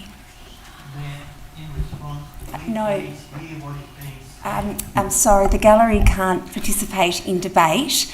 I can, we're all using microphones. I'm afraid the audio is the best that it possibly can be. There is actually an audio assistance, I believe, if one of the officers might be able to assist with that, or maybe they're shaking their heads at me, but the audio volume is as it is, I'm afraid. I'd ask you to be quiet, please, sir. I'd ask you to be quiet, thank you. Thank you very much. Thank you, Mayor. So for the assistance of governance, it's the last one that's in the pack, and I'd move that Councillor. Sorry, just bear with me a second, Mayor. I'm just not sure that the right motion is on the screen. Governance, could we have the motion on the screen that... I believe it's the correct one now. Yep. Thank you. And perhaps if we can all make an effort to speak up slightly, that would make things easier. Okay, thank you, Mayor. The proposed motion is points, paragraphs 1 through to 4 as they appear on the screen, with paragraph 5 amended to read as follows. Note the JH Allen Reserve Management Plan Attachment 1 and request the following changes. Paragraph A, an additional point in ground allocation to specify that lights can only be used 5 days a week. Paragraph B, the second point in community engagement to read, meetings will be held with impacted residents at 6 and 12 months post-installation to capture further feedback, Impacted residents will be contacted at 6 and 12 months post-installation and invited to attend a meeting with relevant council officers, with the addition of the words, with updates to be provided to councillors. Paragraph C, the final point in community engagement to read, this management plan will be, and deletion of the word refreshed and replaced with the word reviewed at 12 months after council officers have met with impacted residents, and deletion of subject to assessment of, and insertion of assessed the compliance with requirements of this management plan by soccer users, and deletion of the words with any changes made by council resolution, which will be implemented by officers, deletion of the words for 12 months, following completion of... For clarity, Councillor Filburn, I think it's okay just to read the words on the screen because some of the deletions were not deletions from the officer's recommendation. Understand. Just bear with me for a second as my eyes adjust. Which will be implemented by officers following completion of the project as an operational matter, with a review after 12 months, including an assessment of environmental and amenity impacts such as noise and light spill. 6, seek a further report in 12 months following the implementation of the management plan to enable council to further consider the effectiveness of the controls implemented to minimise potential impacts to local residents. Paragraph 7, request that council inform residents of how to request parking enforcement and other assistance after hours. Thank you, Councillor Filburn. Is there a seconder? Excuse me. Councillor Theocharides. Councillor Filburn, would you like to speak to the motion? Just briefly, Mayor. I think this one addresses many of the concerns that officers have mentioned. It provides a report back to councillors within 12 months in a similar way that that Councillor Samantha Burns' alternative did, and just makes a few more specific changes to be a bit clearer in the actions that are being taken to enable the project to proceed, but trying to respectfully deal with the points and the issues that residents have made to us. Thanks. Thank you, Councillor Filburn. Councillor Theocharides, would you like to speak to the motion? Thank you, Mayor.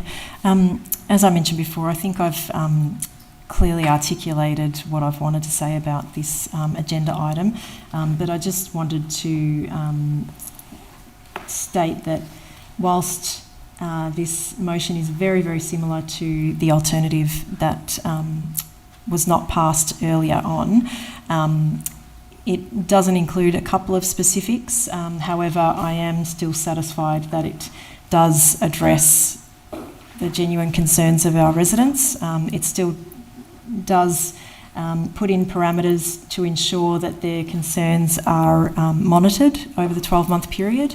And it also addresses the soccer club's needs with relation to participation growth as well. So I am quite satisfied that this motion is balanced enough to address all users and people within the vicinity of JH Allen. Thank you. Thank you, Councillor Theocharides. Would any other councillor like to speak to this motion? Councillor Hamish Jones. Thank you, Mayor. I'd actually like to propose an amendment to this motion, if I may.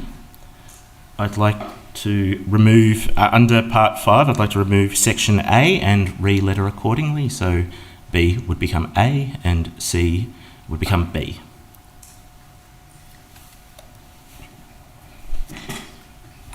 Now, just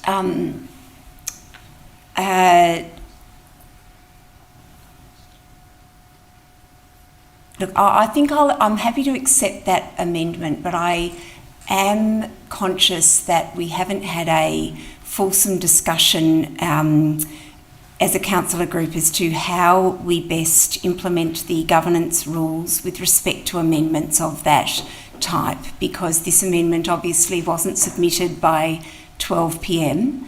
To remove this particular part of the motion.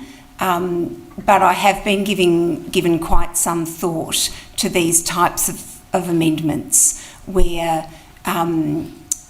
what's submitted by 12 p.m. is the inclusion, and then what is put to as an amendment is then the removal of that.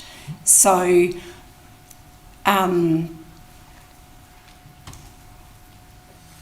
I can understand, though, if other councillors may, because we haven't had this situation before with this type of ruling within our new governance rule around the 12 p.m. submission of amendments. I would understand if other councillors may query my approach to this. I'm happy to accept the amendment, but if any other councillor wishes to challenge me on that and call a point of order on that, I also would understand that.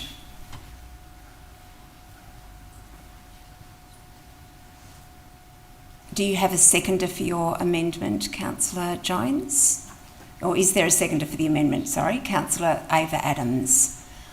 Okay, having not had any challenges to the way that I've approached that, Councillor Jones, would you like to speak to the amendment? Thank you, Mayor, and speaking only to the amendment, because that's what we're debating at the moment. The reason I want to see point A removed is, as many of my colleagues have mentioned, we have a great deal of respect for our council officers, and they have made recommendations for the times that the ground should be allowed to be used in the management plan. As far as I am aware, the ground is not currently... Point of order. Councillor Philburn. Thanks, Mayor.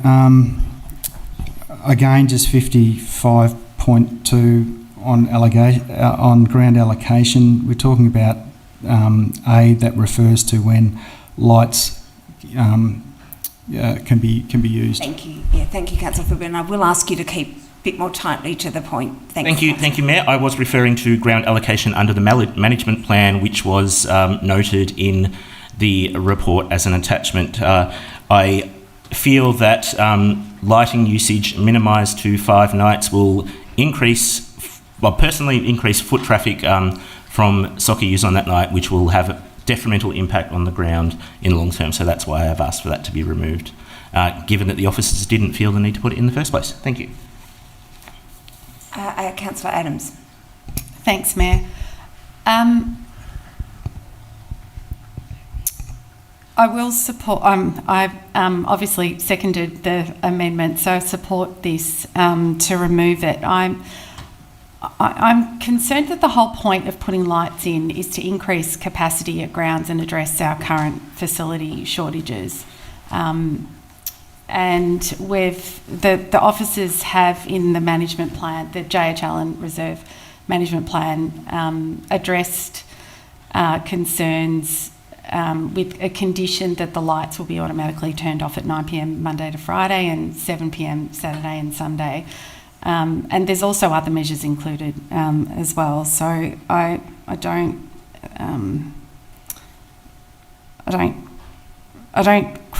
quite understand that point. So anyway, thanks. Thank you, Councillor Adams. Would any other councillor like to speak to this amendment only? Councillor John Sypek. Yes, Mayor, I won't be supporting this amendment, and I do differ in regards to training 5 nights a week or training 7 nights a week. I don't think a ground can recuperate in 2 days, because if you train on it every single day, you're actually you're on the ground every single day. If you give it respite for 2 days, it allows for the roots to regrass. But I'm not a curator, but I understand that's the reason why you do have, times of when you can use grounds and when you can't use grounds due to the management of it. Thank you, Mayor. Thank you, Councillor John Sypek. Would any other councillor? Councillor Phil Byrne. Thanks, Mayor. I won't be supporting the changes. I'm much more interested in trying to protect the amenity of residences rather than the playing surface, and this just again is like a number of the more specifics tonight. It's just about striking the right balance. So I won't obviously support having it struck out. Thanks, Mayor. Thank you, Councillor Phil Byrne. Would any other councillor like to speak to this amendment? Councillor Samantha Byrne. Thanks, Mayor. I will support the amendment for two reasons. One, it's not in line with our current policies, and I think that we're dabbling in a space we shouldn't be dabbling in. And for the other reason, that I think that the officers would have this under control. They may not necessarily need for the lights to be used 7 nights anyway. Like, if you look at Saturday and Sunday, we're saying the lights are only allowed on until 7 p.m. anyway. In 6 months of the year, you probably don't need them on anyway. So they may still be training regardless of whether there's lights or not. So I feel like this point is, I don't know, is it actually going to be that beneficial? Will it create more hassles when a night of training gets washed out and then unexpectedly gets moved to another night that week to cater up for the 5? I don't know. Look, I think that, I will support the amendment, but yeah, I will hopefully we land somewhere soon. Thanks, Mayor. Thank you, Councillor Samantha Byrne. Would any other councillor like to speak to the amendment? Councillor Fran Cosgrove.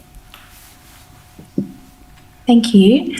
I appreciate the points. I don't support the amendment, but I do, picking up on the previous comments, I think what this does is make explicit something that's probably implicit in the management plan anyway, that matches won't be played at night.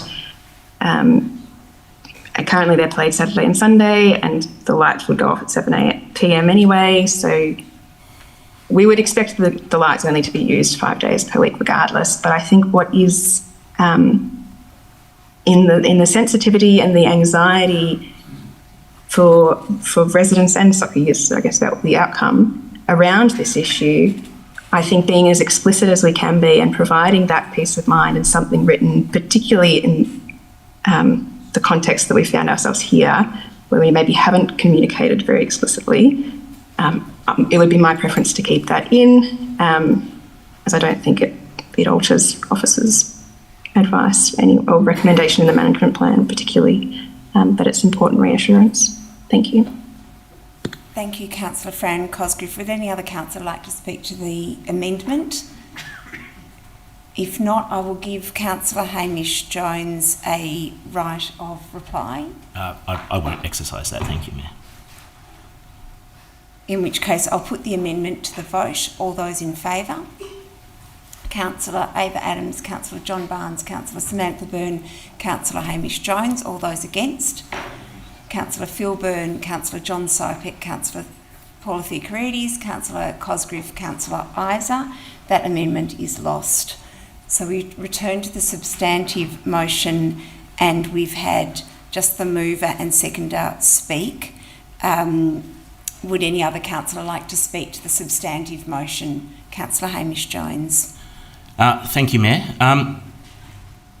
I begrudgingly, somewhat, will be supporting this proposed motion as we have before us.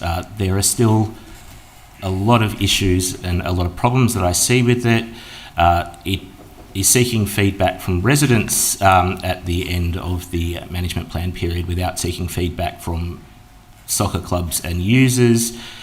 So it's not necessarily seeking feedback from all stakeholders, which has some concerns for me. As mentioned, I have concerns with point A. My colleagues have decided they want to leave point A in, so that's fine. I will support my colleagues in that situation.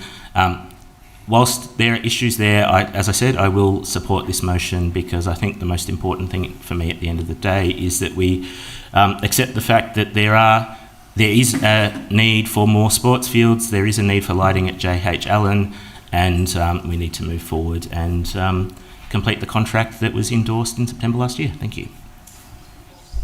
Thank you, Councillor Jones.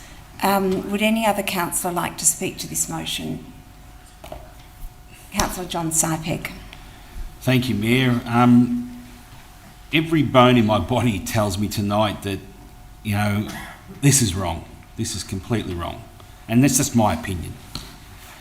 I hear that we need more sporting fields, we need more sporting lights, and I totally agree with that. Totally agree with it. But not at JH Allen.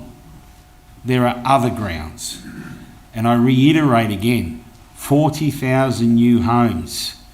Just be prepared. We're going to be in these chambers over the next 2 or 3 years looking at other reserves and other parks because the pressure's going to come and they're going to want lights. They're going to want training fields.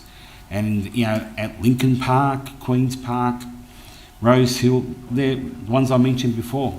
They're all up for grabs now, guys. And we are going to be the council that opened the Pandora's box. Thank you, Councillor John Sypek. Thank you, Gallery. Would any other councillor like to speak to the motion? Councillor Samantha Byrne. Thank you, Mayor. The cards have already fallen. We already have lights on most of our grounds. So this is not something new. As a council, it is our responsibility to use our open space as well as we can. Now, sometimes that will be with a sporting oval or pitch, sometimes with lights, sometimes not. But yes, as our population increases, we are going to have to become more and more strategic about how we ensure that our younger generation or our older generation, everyone in our municipality has the option to play sport if they want to. I don't want to be limiting sport opportunities, particularly for our kids going forward. So I am open to improving our facilities and by doing things like putting in lights. Now, I don't love this motion. I think that it is a bit, it's not my preferred option, but it still puts in the lights and it still gives that option of having a report back after 12 months. So I will be supporting it. And I hope that there is an understanding between both the residents and the users that it has been difficult, but we need to get along as a community and we need to share our spaces and be respectful of spaces and everyone. So yes, I will be supporting it and hopefully we're going to get to a resolution this time. Thank you. Thank you, Councillor Samantha Byrne. Councillor John Barnes. Thanks, Mayor. I've stayed silent long enough. Like Councillor Sypek, 40,000 people, homes, I've got a little story to tell. It won't take long. It'll get the point across, hopefully. A mentor of mine had to move a bunch of people to a different stadium and there was an uproar. But worked out to be the greatest move in the history of this club's history, of its history. Then they decided to move again and it was another great move. Unfortunately, the inevitable will happen. We will have to put lights on every ground in this municipality, hard word to say, because that is the reality of what we have here. We have got kids growing out of kids, and we haven't got the facilities to put these kids and young children, young women, young girls into sporting facilities, and something has to come at a cost. There's nothing we can do about that. So the decisions we have got are hard and we're going to upset some people. But the thing that we're discussing tonight that has been going around in a bit of a hamster wheel, hopefully we do get a resolution. I'll listen to everything that's gone down tonight and also be supporting it. We will get the lights and we will be getting the kids to play their sport, particularly the young girls and young boys, and to get them out of their houses and into sport for me is something that I think is massive in this municipality. And it's something that, as I said, my mentor told me, you have to grow to get something, and this is what we're doing, and it's inevitable. It will come. 40,000 homes, which is 100-odd thousand people, cancel a SIPEC, and that's a lot of people we have to fit into this little small area. And you said we're ground or gridlocked, so we will be copying a fair bit of this in the next years to come, so I'll be supporting it. Thank you, Mayor. Thank you, Councillor Barnes. Would any other councillor like to speak to this motion? Councillor Adams. Thanks, Mayor. I will support this motion. I do want to see us proceed with the lights because of our contractual obligations. So I'm not pleased with 5A, but noting that it will come back to us, I guess we'll get some feedback on how things are going and adjust things accordingly if that's appropriate. I'll leave it there. Thank you. Thank you, Councillor Adams.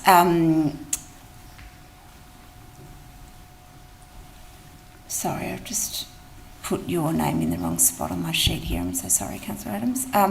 Would any other councillor like to speak to the motion? Councillor Fran Cosgrove, you're the only one who hasn't spoken to this motion. Would you like to speak? No, nothing more to add. Thank you. Thank you. In which case, I will put this motion to the vote. All those in favour? It's Councillor Adams, Councillor Barnes, Councillor Phil Byrne, Councillor Samantha Byrne, Councillor Cosgrove, Councillor Jones, Councillor Paula Theocarides. All those against, Councillor Sypek and Councillor Isa. That motion is carried.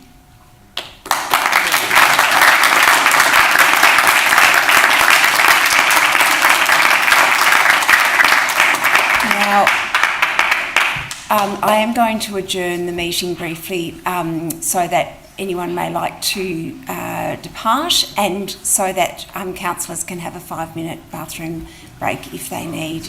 Thank you. I'll ask if discuss anything with councillors, if that's okay, councillors.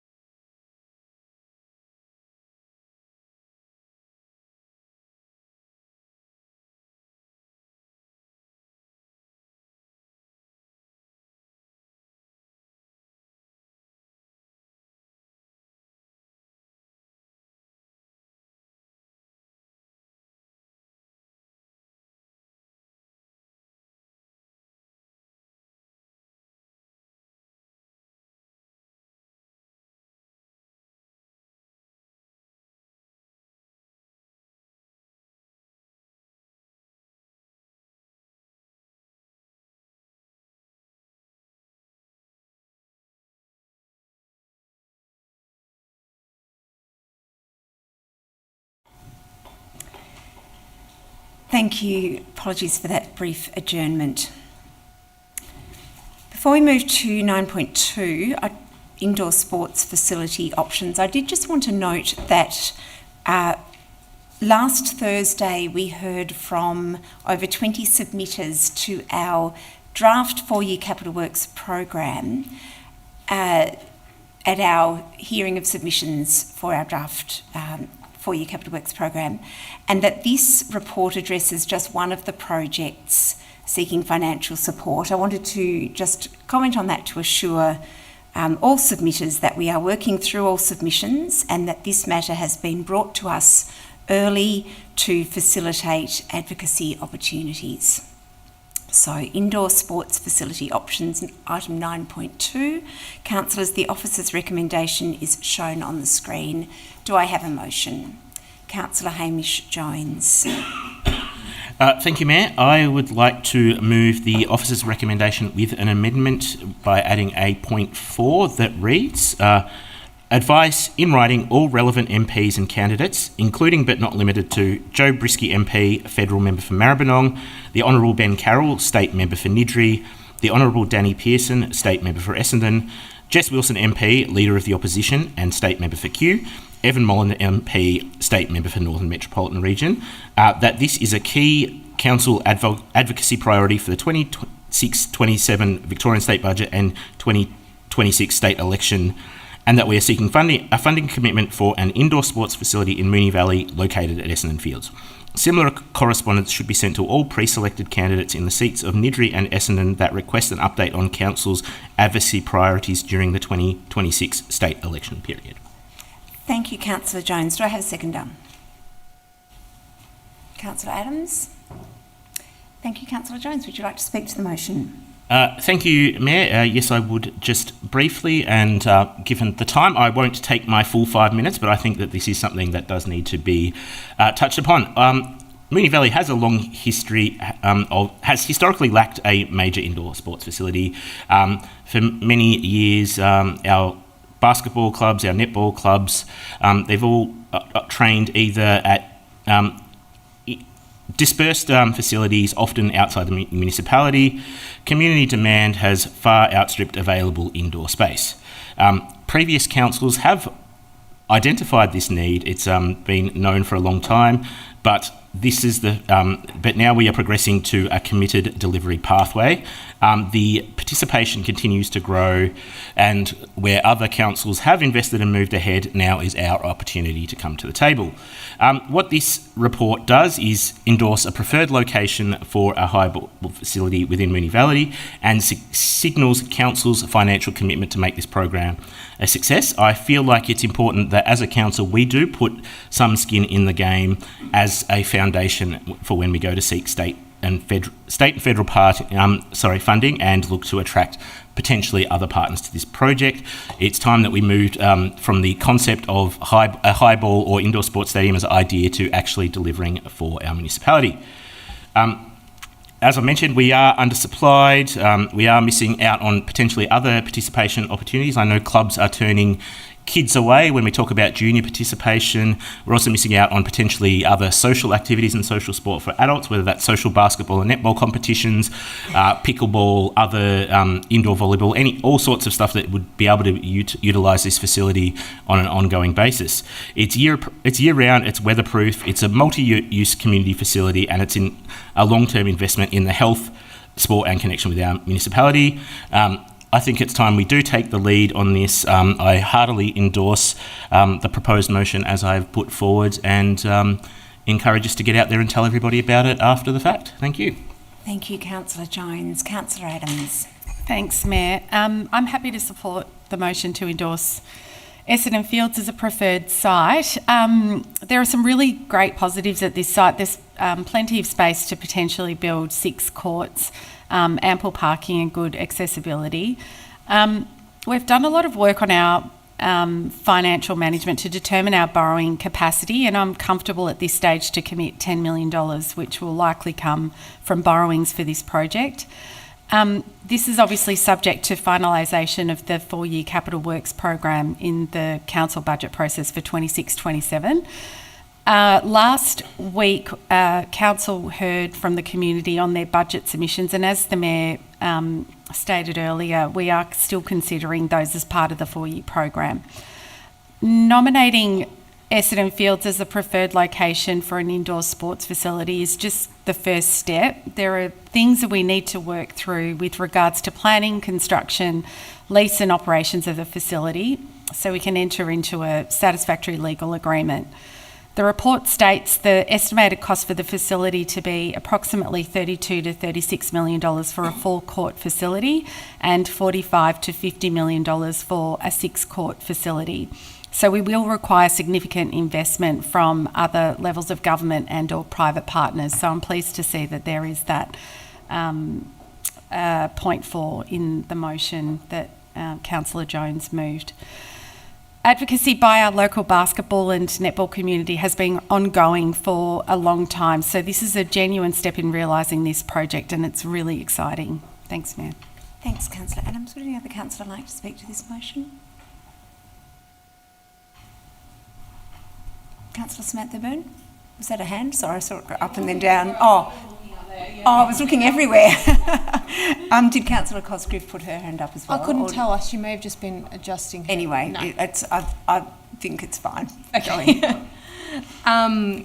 Thanks, Mayor. I would love to speak on this item because I think that it is incredibly exciting. I posted about this agenda item on social media over the weekend, and I just put up a question box just to ask how far people currently have to travel to play basketball, and I wasn't really sure what response I was going to get. I ended up with, I didn't count them, but probably about 20 responses, and there were quite a few repetitive responses. But I thought I would just read through some of what our community has to do in order to play local basketball.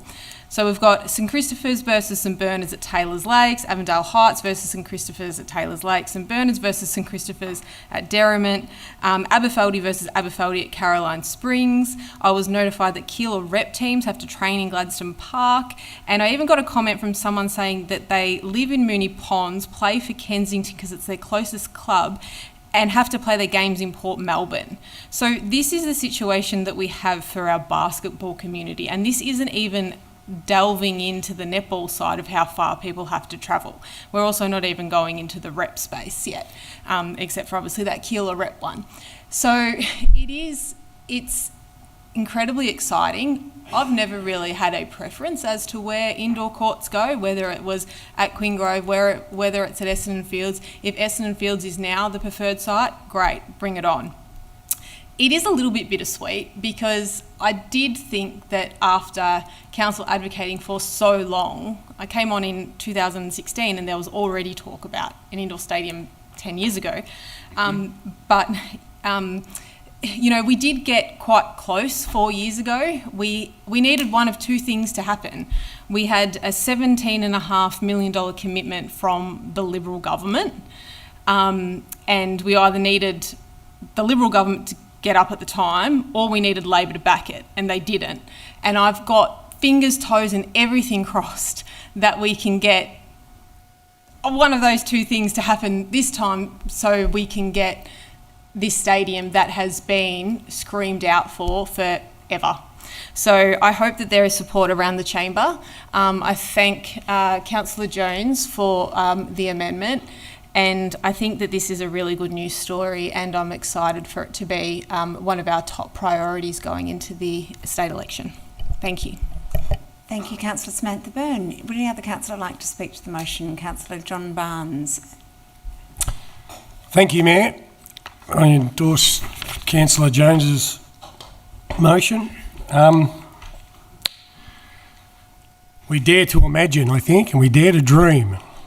I'm going to relay some names for you. You might know who they are, you might not. Abdul Jabbar Kareem, Magic Johnson, Michael Jordan, Dr. J, LeBron James, Steph Curry. We might have one out there, but we won't know because we haven't quite got the facility to see if we have got one.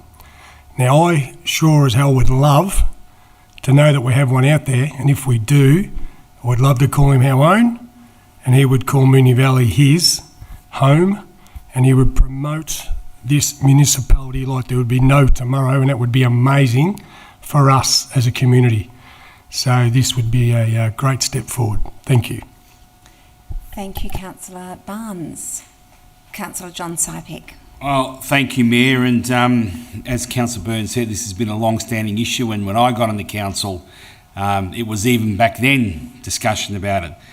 And I've had a long-standing bet about in Moonee Valley whether we're going to build a basketball stadium first or whether we're going to get a railway station in East Keilor. And I reckon I might be just pretty close to winning this bet, Mayor, because this was with a very, very good friend of mine who was in politics as well, so I will be collecting on that bet if this goes ahead. But I do also support the stadium. I think this is the right place to put in a sporting stadium like this. It's the right place. We're not affecting anyone. We haven't got any neighbours. Nothing. This is good. This is a very, very good project, and I hope that this council will be remembered as the ones who actually delivered a basketball stadium. Thank you, Councillor John Sypek. Would any other councillor like to speak to this motion? Councillor Phil Byrne. Thanks, Mayor.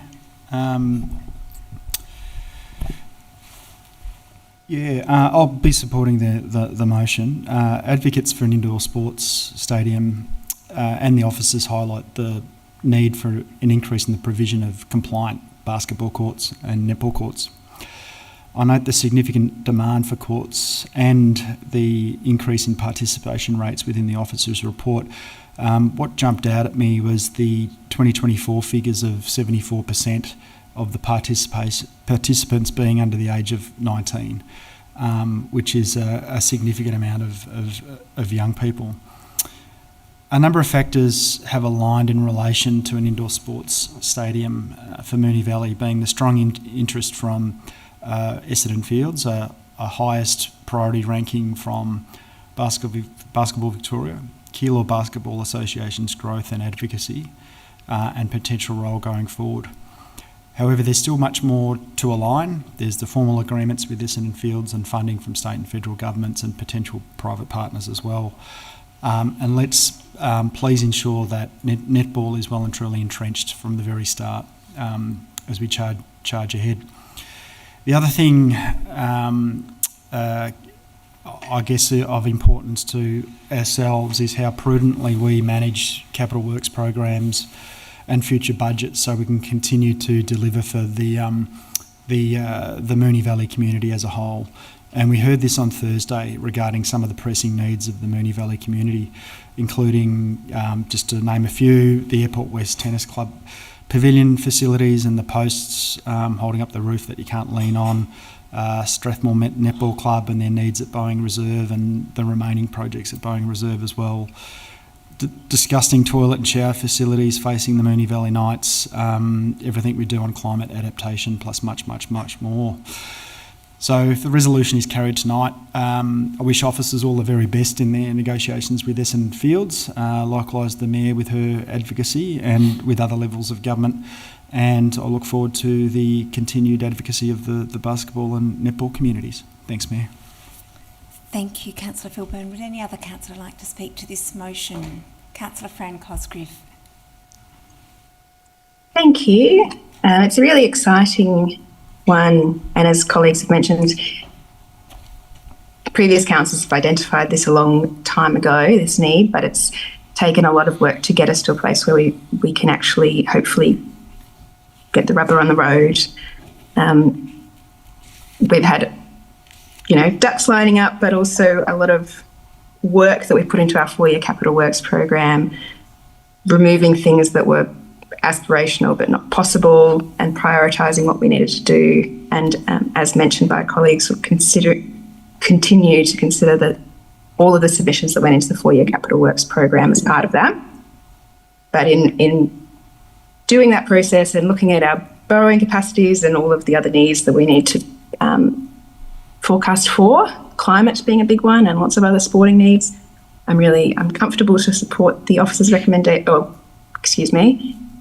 the amendment put forward by Councillor Jones, including the amount of 10 million suggested by officers. And I really want to, acknowledge all the work that's gone into it and thank our current MPs, so state MPs and federal MPs, Honourable Danny Pearson, the Honourable Ben Carroll and Joe Brisky MP for their support and interest in these conversations to date. They've been wonderful, and look forward to everyone else who might have some money to splash around come October having an interest. So happy to support the amendment, the motion. Thank you, Councillor Cosgriff. And Councillor Theocharides, would you like to speak to the motion? Thank you, Mayor.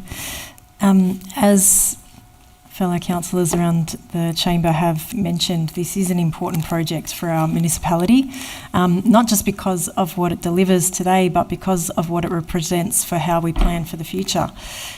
We know that demand for indoor sports and recreation continues to grow, and our current facilities are not keeping pace.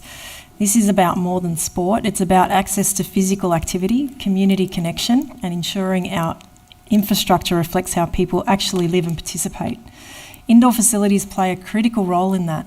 They provide year-round access, support a wide range of users, and reduce pressure on our existing network, which is already operating at capacity. In terms of the proposed site, I think it's a pragmatic and strategic choice. It provides the scale required to deliver a multi-course facility and positions us to meet long-term demand, not just short-term need.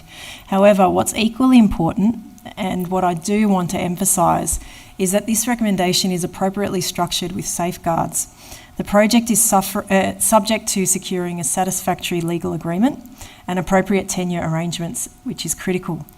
Because without that, council would be exposed to long-term risk in delivering and operating a facility on land we do not own.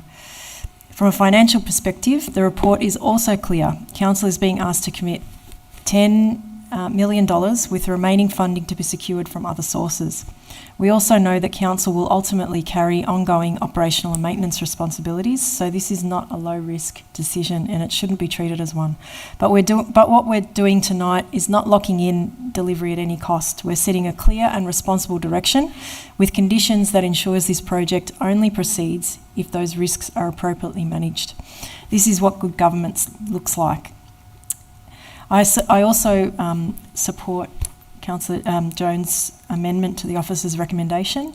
If we are serious about delivering infrastructure of this scale, we cannot rely on council funding alone. Advocating to state and federal government and to all relevant candidates is both appropriate and necessary. Projects of this nature require partnership, and it's important that we are clear, consistent and unified in seeking that support. More broadly, this project reflects a shift towards planning infrastructure as part of a connected network rather than isolated individual assets. Increasing overall capacity benefits the entire system. Thanks. It improves access, reduces pressure on existing facilities and creates opportunities for more equitable use across the municipality. That broader lens is important because our role is not just to respond to current demand, but to anticipate future need and to ensure that we are making decisions today that will stand up over time. So for me, this recommendation and amendment strikes the right balance. Thank you.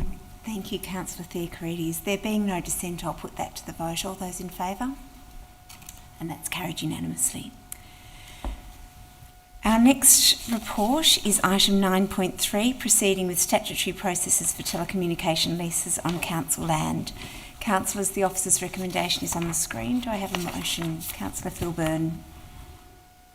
Thanks, Mayor. I'd like to move the officer's recommendation. Do I have a seconder? Councillor Hamish Jones. Councillor Philburn, would you like to speak to the motion? Just briefly, Mayor. I'm just noting that this report comes back to us following an earlier deferral where officers committed to come back and provide some more information and have a bit of a deeper dive into some of the specifics, and I just want to acknowledge the officers for doing that. So the report and recommendations really are to commence community engagement for new lease agreements with telecommunication providers at sites at Walter Street Reserve in Ascot Vale, Ormond Park, Moonee Ponds for a new tower, Cross Keys Road, Essendon. And officers are also recommending entering into a new lease over part of Cliff Whittington Reserve for the existing facilities there. The officers' report rightly outlines the vital role that telecommunications play in keeping the community connected. The facilities that Moonee Valley agrees to host are critical to our modern lives, and I acknowledge the many people who have reached out to ensure that we do our bit to support telecommunication services in our community. The report notes, and many of us would have witnessed, that mobile phone service coverage in many parts of Moonee Valley has been reported as fair to poor, particularly in residential areas. However, it's important that commercial terms entered into with telecommunication carriers provide an appropriate return for ratepayers who are being asked to provide public land for these private but important facilities. The report and recommendations simply continue the statutory process for each of these existing and proposed facilities, and I acknowledge the community consultation already undertaken with regard to the Cliff Whittington Reserve, and I welcome that community engagement will commence on the other facilities, some of which have been an issue for some in the community for some time, and I look forward to any feedback. Thanks, Mayor. Thank you very much, Councillor Byrne. Councillor Jones, would you like to speak? Would any other councillor like to speak to this motion? In which case I'll put that to the vote. All those in favour? And that's carried unanimously. Thanks, councillors. Brings us to 9.4, endorsement of customer charter and complaints management policy for community consultation. Councillors, the officer's recommendation is on the screen. Do I have a motion?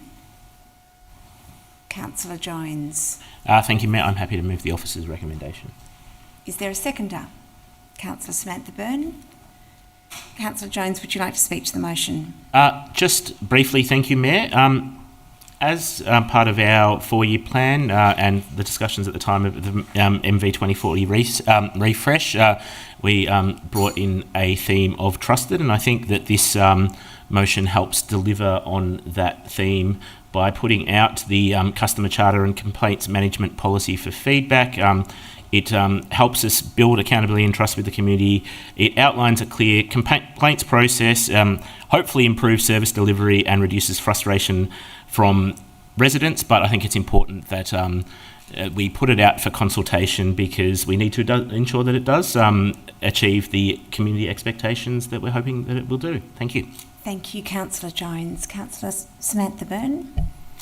Thank you. I'm actually really excited about this because I think the community will appreciate it, because it's actually, we get so many calls and requests and things that come into council, and it's really hard to sort of explain to people that, you know, sometimes it's a complaint, but sometimes it's a request, and sometimes it's feedback, and sometimes it's, you know, falls into other things, and it's really hard as to where it will necessarily go. But by being able to show what this looks like, I think it will make things a lot easier, especially when sometimes people may put in a service request and then they may contact a councillor and say, I've put in a service request and it hasn't been actioned, and you don't know, well, are we putting in a service request again, or are we complaining that it didn't get actioned?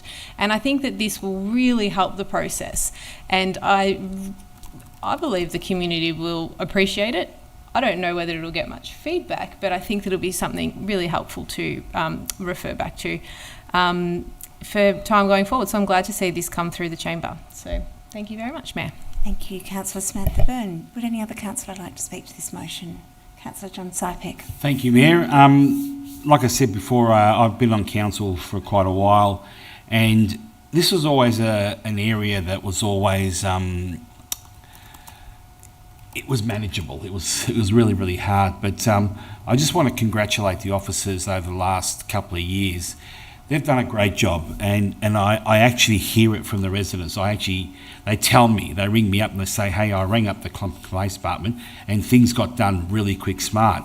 And they're really happy about it. But what they all kept saying was if they just kept a bit more informed, they would be extremely happy. So I think communication is the key here, but I think our officers are going in the right direction, and I fully support this.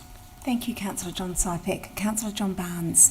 Thanks, Mayor. I reiterate what Councillor Sypek said. I've been here a long time also, Mayor, and I get complaints and I put it forward, and sometimes they get through, sometimes they don't, but we're definitely getting better at it, and we're working better towards the outcome that everyone wants, and it definitely makes everyone's job easier, so I'm endorsing this also.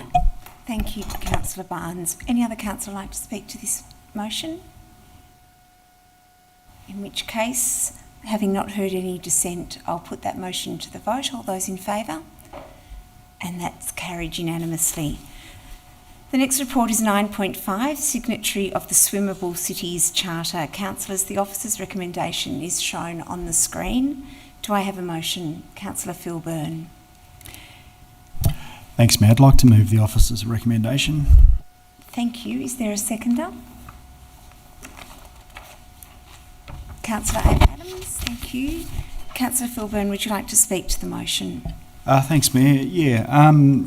The report and recommendation is seeking a signature to the Swimmable, Cities Charter, and essentially just sends a letter to the Lord Mayor of the City of Melbourne, notifying him of Council's decision to become a signatory and welcoming opportunities for future coordinated advocacy to deliver swimmable urban waterways. Importantly, there's no binding obligations on Council, and it reflects our Council plan. And it's good that there's no binding obligations, because Council's already doing a range of activities in support of water quality and waterway health, including membership of the Maribyrnong Integrated Water Management Forum, the Chain of Ponds collaboration, and advocacy for the implementation of planning controls to protect Steel Creek. As outlined in the report, becoming a signatory to the Charter would signal Council's ongoing commitment to protecting and improving the health of our waterways, and provide an opportunity for collaboration and advocacy with other stakeholders in service of this goal.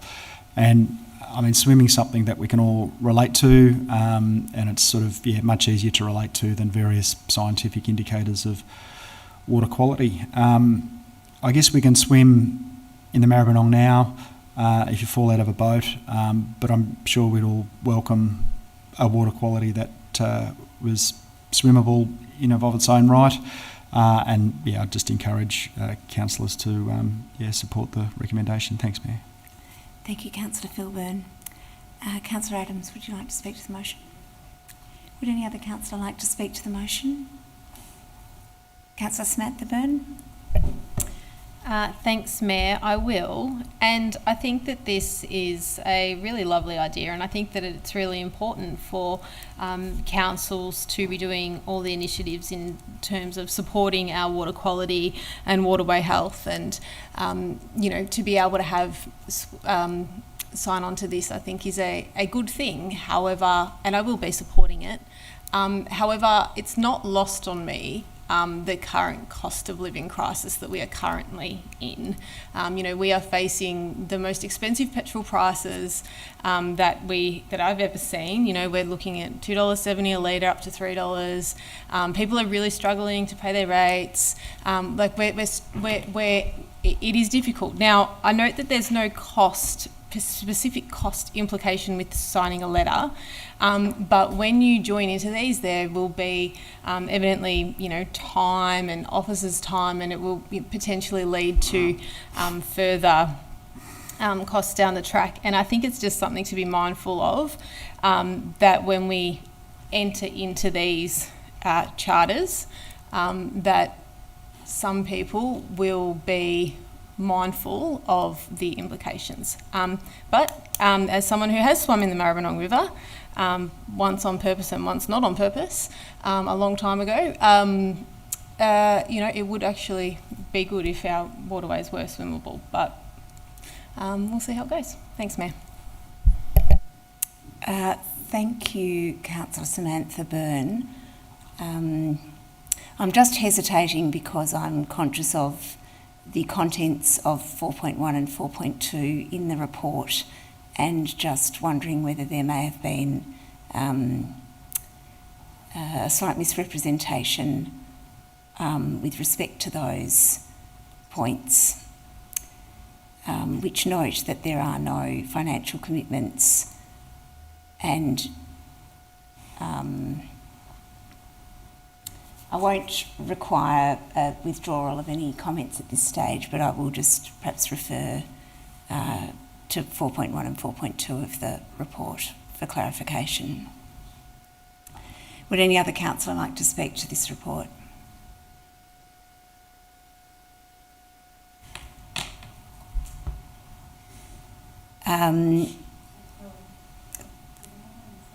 You have already spoken. Sadly, you cannot speak again. It's sad for you. Would any other councillor like to speak? I'm just wondering whether the mover, in light of comments made, would like a right of reply. Only to say, just to pick up on the points that you made, Mayor, that it's no cost to council, and cost of living crisis and those sorts of things. I'm not sure how that comes into it with something that I don't think it's particularly time intensive to prepare a lot like this, and I just I don't feel very sort of comfortable in having to play things, issues off against each other like that. I think it's important that we strive and we have goals for a clean environment, and there's ultimately a cost saving in that in the long run by many established measures. Thanks, Mayor. I'll put that motion to the vote. All those in favour? And that's carried unanimously. That moves us to item 9.6, Capital Works Performance Report, Quarter 2, 2025-26. Councillors, the officer's recommendation is on the screen. No, it's not. The officer's recommendation is now on the screen. Thank you, officers. Do we have a motion?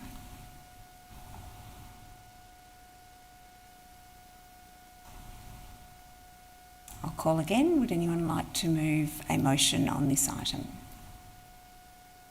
Councillor Adams. I'll move the officer's recommendation. Thanks, Mayor. Is there a seconder? Councillor Jones. Councillor Adams, would you like to speak to the motion?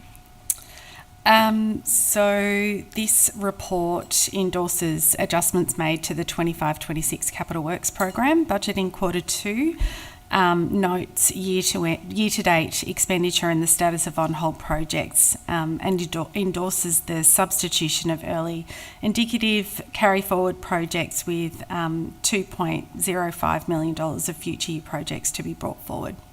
I will note that the program is largely on track to be delivered, which is really great news. So thank you, officers, for the work in this space. Thank you. Thank you, Councillor Adams. Would any other councillor like to speak to the motion? Oh, sorry. Councillor Jones, would you like to, as a seconder, would you like to? I'll reserve my right, thank you. Would any other councillor like to speak to the motion? In which case I'll put that motion to the vote. All those in favour? And that's carried unanimously. Which brings us to item 9.7, award of contract variation number 203227 for drainage maintenance and repair service. Councillors, the officer's recommendation is shown on the screen. Is there a motion? Councillor John Sypek. I'm happy to move the officer's recommendation, Mayor. Thank you. Is there a seconder? Councillor Phil Byrne. Councillor John Sypek, would you like to speak to the motion? Thank you, Mayor. This is just a normal variation that we have from time to time in some of our contract deals, and I've read through it and I'm quite happy and I'm satisfied that the variation is all well and good and above board. Thank you. Thank you, Councillor Sypek. Councillor Phil Byrne, would you like to speak to the motion? Thanks, Mayor.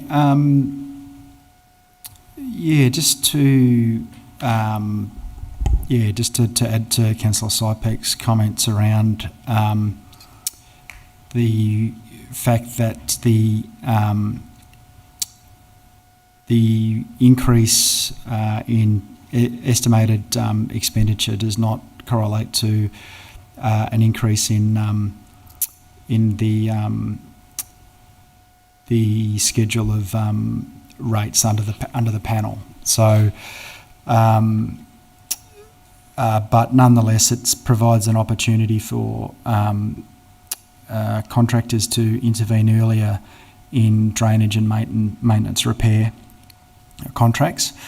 The report also notes that in the preparation of the upcoming Melbourne water flood modelling and reactive drainage asset repair work resulting from the increased number of intense rainfall events which have been driven by climate change, and that accordingly investment in the drainage asset maintenance and capital works delivery has also substantially increased, and likewise the estimated expenditure needs to increase as well. Thanks, Mayor.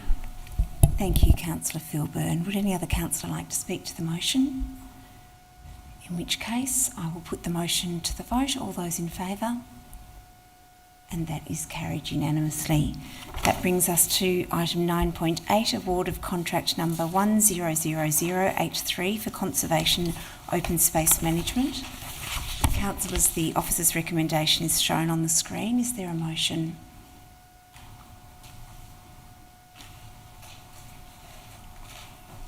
Call again. The officer's recommendation is on the screen. Thank you, Councillor Jones.